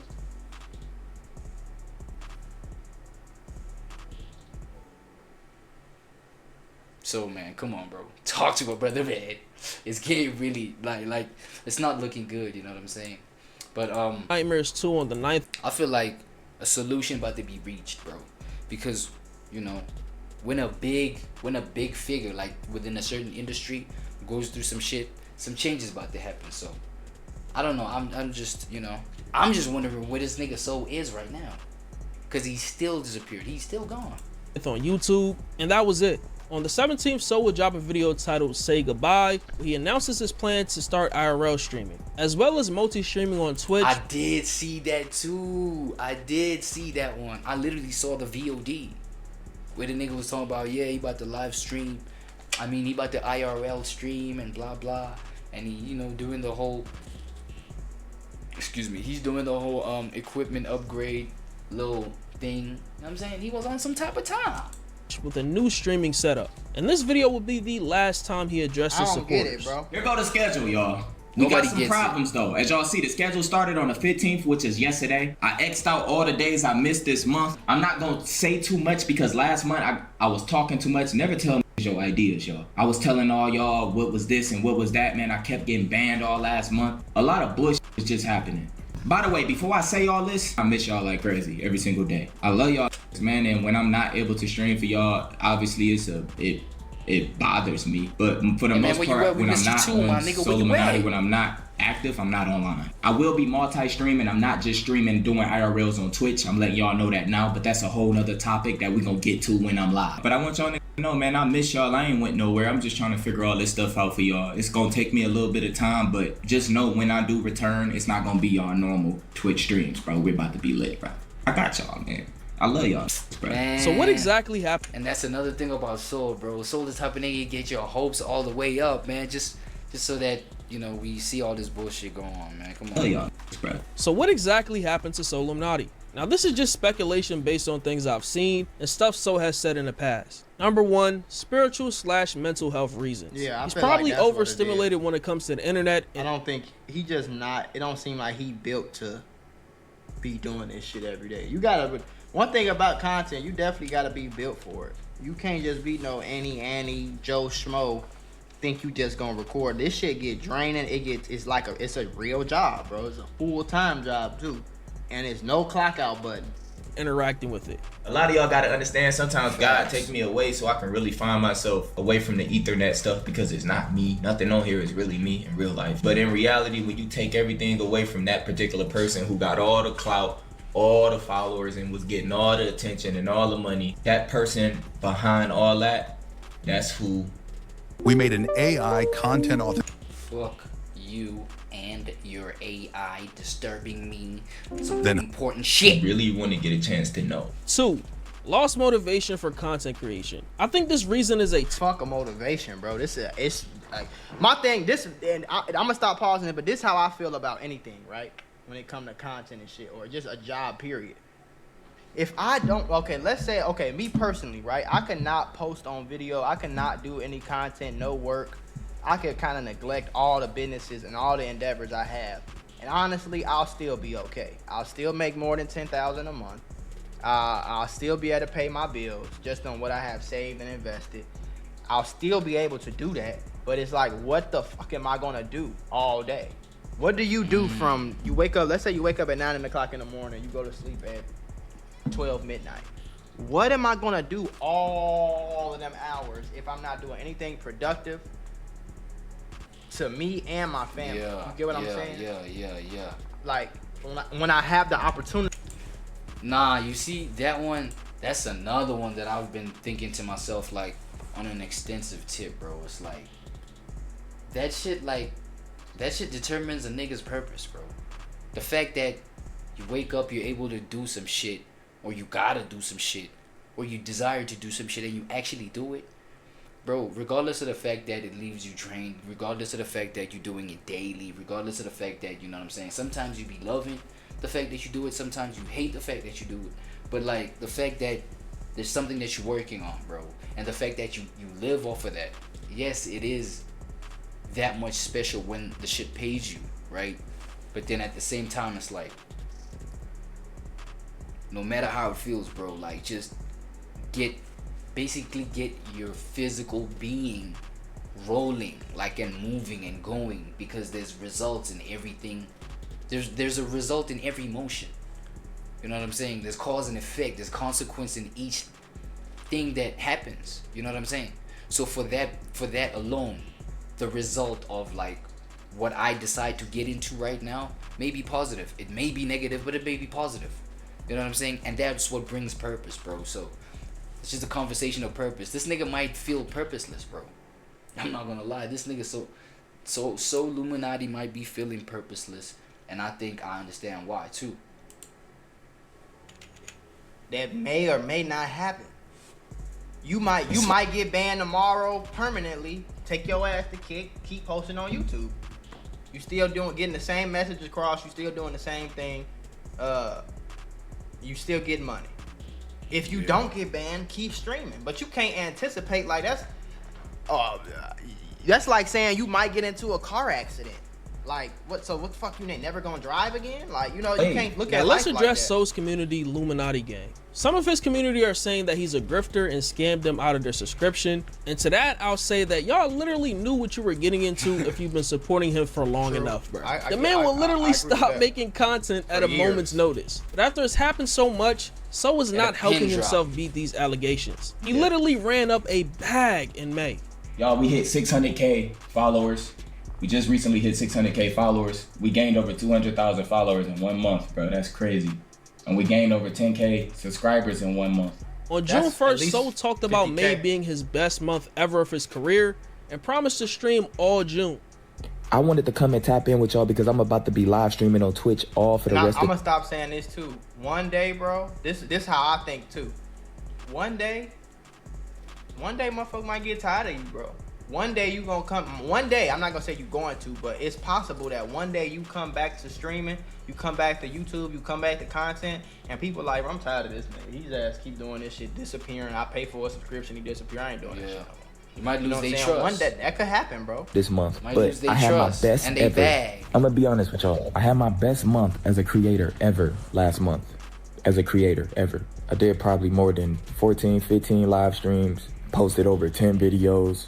He says the same thing in the middle of May as well. I got a whole IRL stream mixed with regular streaming dropping next month. So I'm gonna be doing a lot of IRLs and mixed with some banging ass streams, just like how we doing now. Even other content creators are noticing him missing and the lack of communication. AllWorldsADay voiceover feature allows you to turn your words into voices you never thought you had. Where the fuck So go? That nigga did just disappear, bro. Like, what the that nigga got like 20K subs and disappeared. But look, real quick though. So said he was gonna play next Friday. I mean, he was gonna let me know if he was gonna play. Nigga, Friday come, and I'm like, hey, bro, so what you thinking, bro? We try to finalize this shit today. He said, hey, all good, bro, do your thing. I said, what? That's not no answer, bro. You didn't hear that answer. So I just assumed that means that nigga was busy, bro. I'm assuming he busy. That nigga ain't busy, he just don't want to do it. So Illuminati has not reached back in I'm gonna tell y'all something, bro. I know everybody wondering what's going on with me and So Illuminati. I have not been in the lab. And the reason why I haven't, because So Illuminati have not given me a date. Yes, So Illuminati just not replying back in the DMs. He probably got things going on. I do not know. But he have not replied back. This brings up a good topic that I was talking about with Kick earlier. That Kick would have got scammed if they were offering deals, bro. Exactly. That's another thing. I'm not paying you, so you gotta be self-aware, bro. How many times you didn't disappear for 5 years straight? What do I look like as a company giving you $5-10 million up front? And then as soon as I give you the money, you just gonna stop streaming. Me personally, what the fuck wrong with y'all? I'm not paying no nigga. I wouldn't pay. Hey man, that's a strategy of like, I'm getting my bag and I'm getting the fuck out. I gotta get my bag and I'm getting the fuck out. It's just, I feel like the difference with Soul right now is that he's trying to make sure that it's the right kind of bag though. Right kind of bag though. Right kind of bag though. You know what I'm saying? It's like one of those moments where you're trying to get into like a female pants, you know what I'm saying? And you just saying the right shit and be like, yeah, this is what you got to offer. Nah, this is what I got to offer, blah, blah, blah. And then first chance you get to just go ghost, that's what it is. What you got, what you wanted, you know what I'm saying? Man, it is what it is, man. It's a man's nature, bro. You know what I'm saying? So it is what it is, bro. Shout out to So Illuminati, dog. I feel like just this nigga is just being a man right now. Y'all gotta relax, bro. This nigga is being a real life human being right now, and that shit also can get tricky because nobody can ever master that. You can't master being a human, bro. That shit can like demand so much out of you, bro, that you literally gotta put away everything that you got going on, my nigga. Real shit. And Soul is not no young nigga too. This nigga is not no young nigga, bro. He's an old ass nigga. He probably got like kids or some shit like that. Wait, let me see.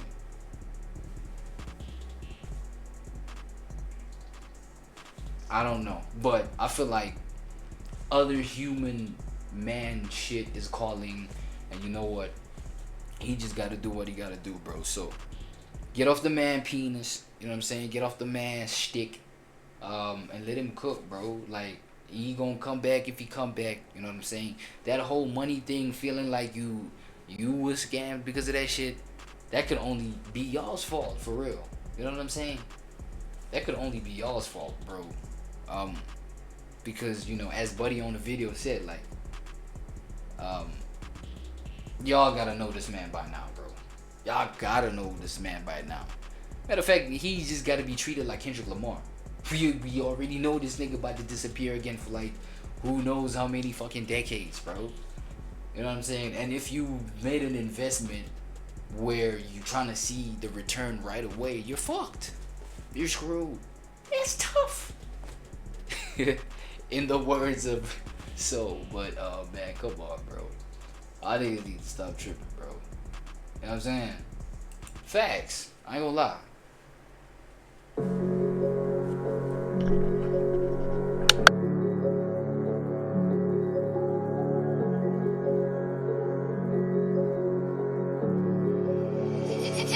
Beats.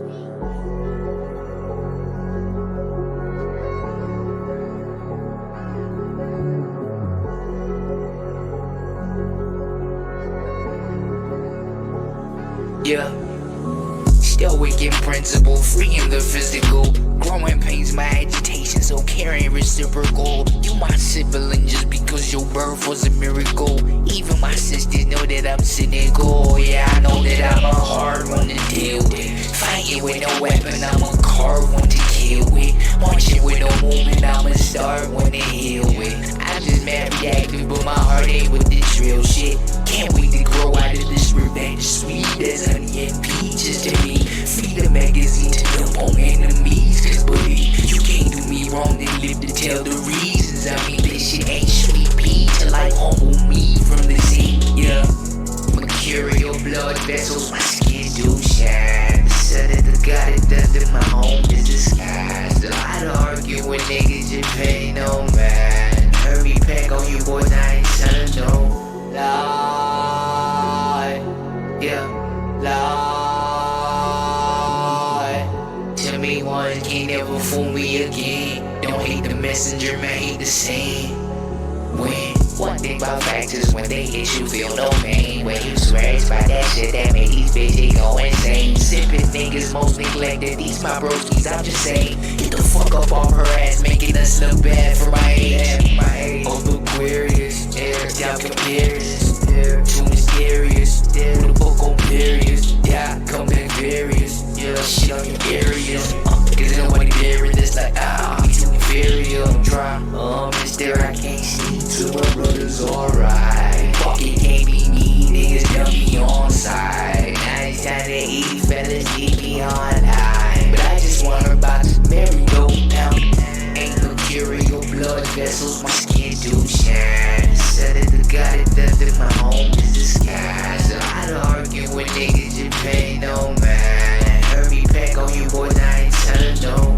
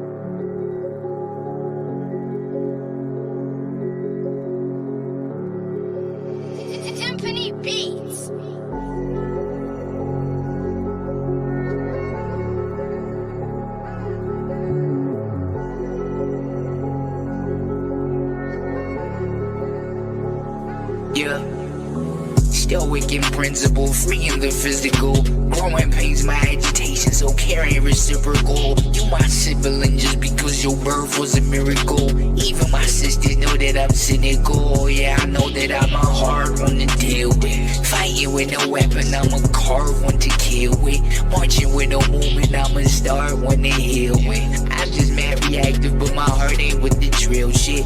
Can't wait to grow out of this rip that is sweet as honey and peaches to me. Free the magazine to dump on enemies. Cause buddy, you can't do me wrong, then live to tell the reasons. I mean, this shit ain't sweet pea till life humble me from the sea, yeah.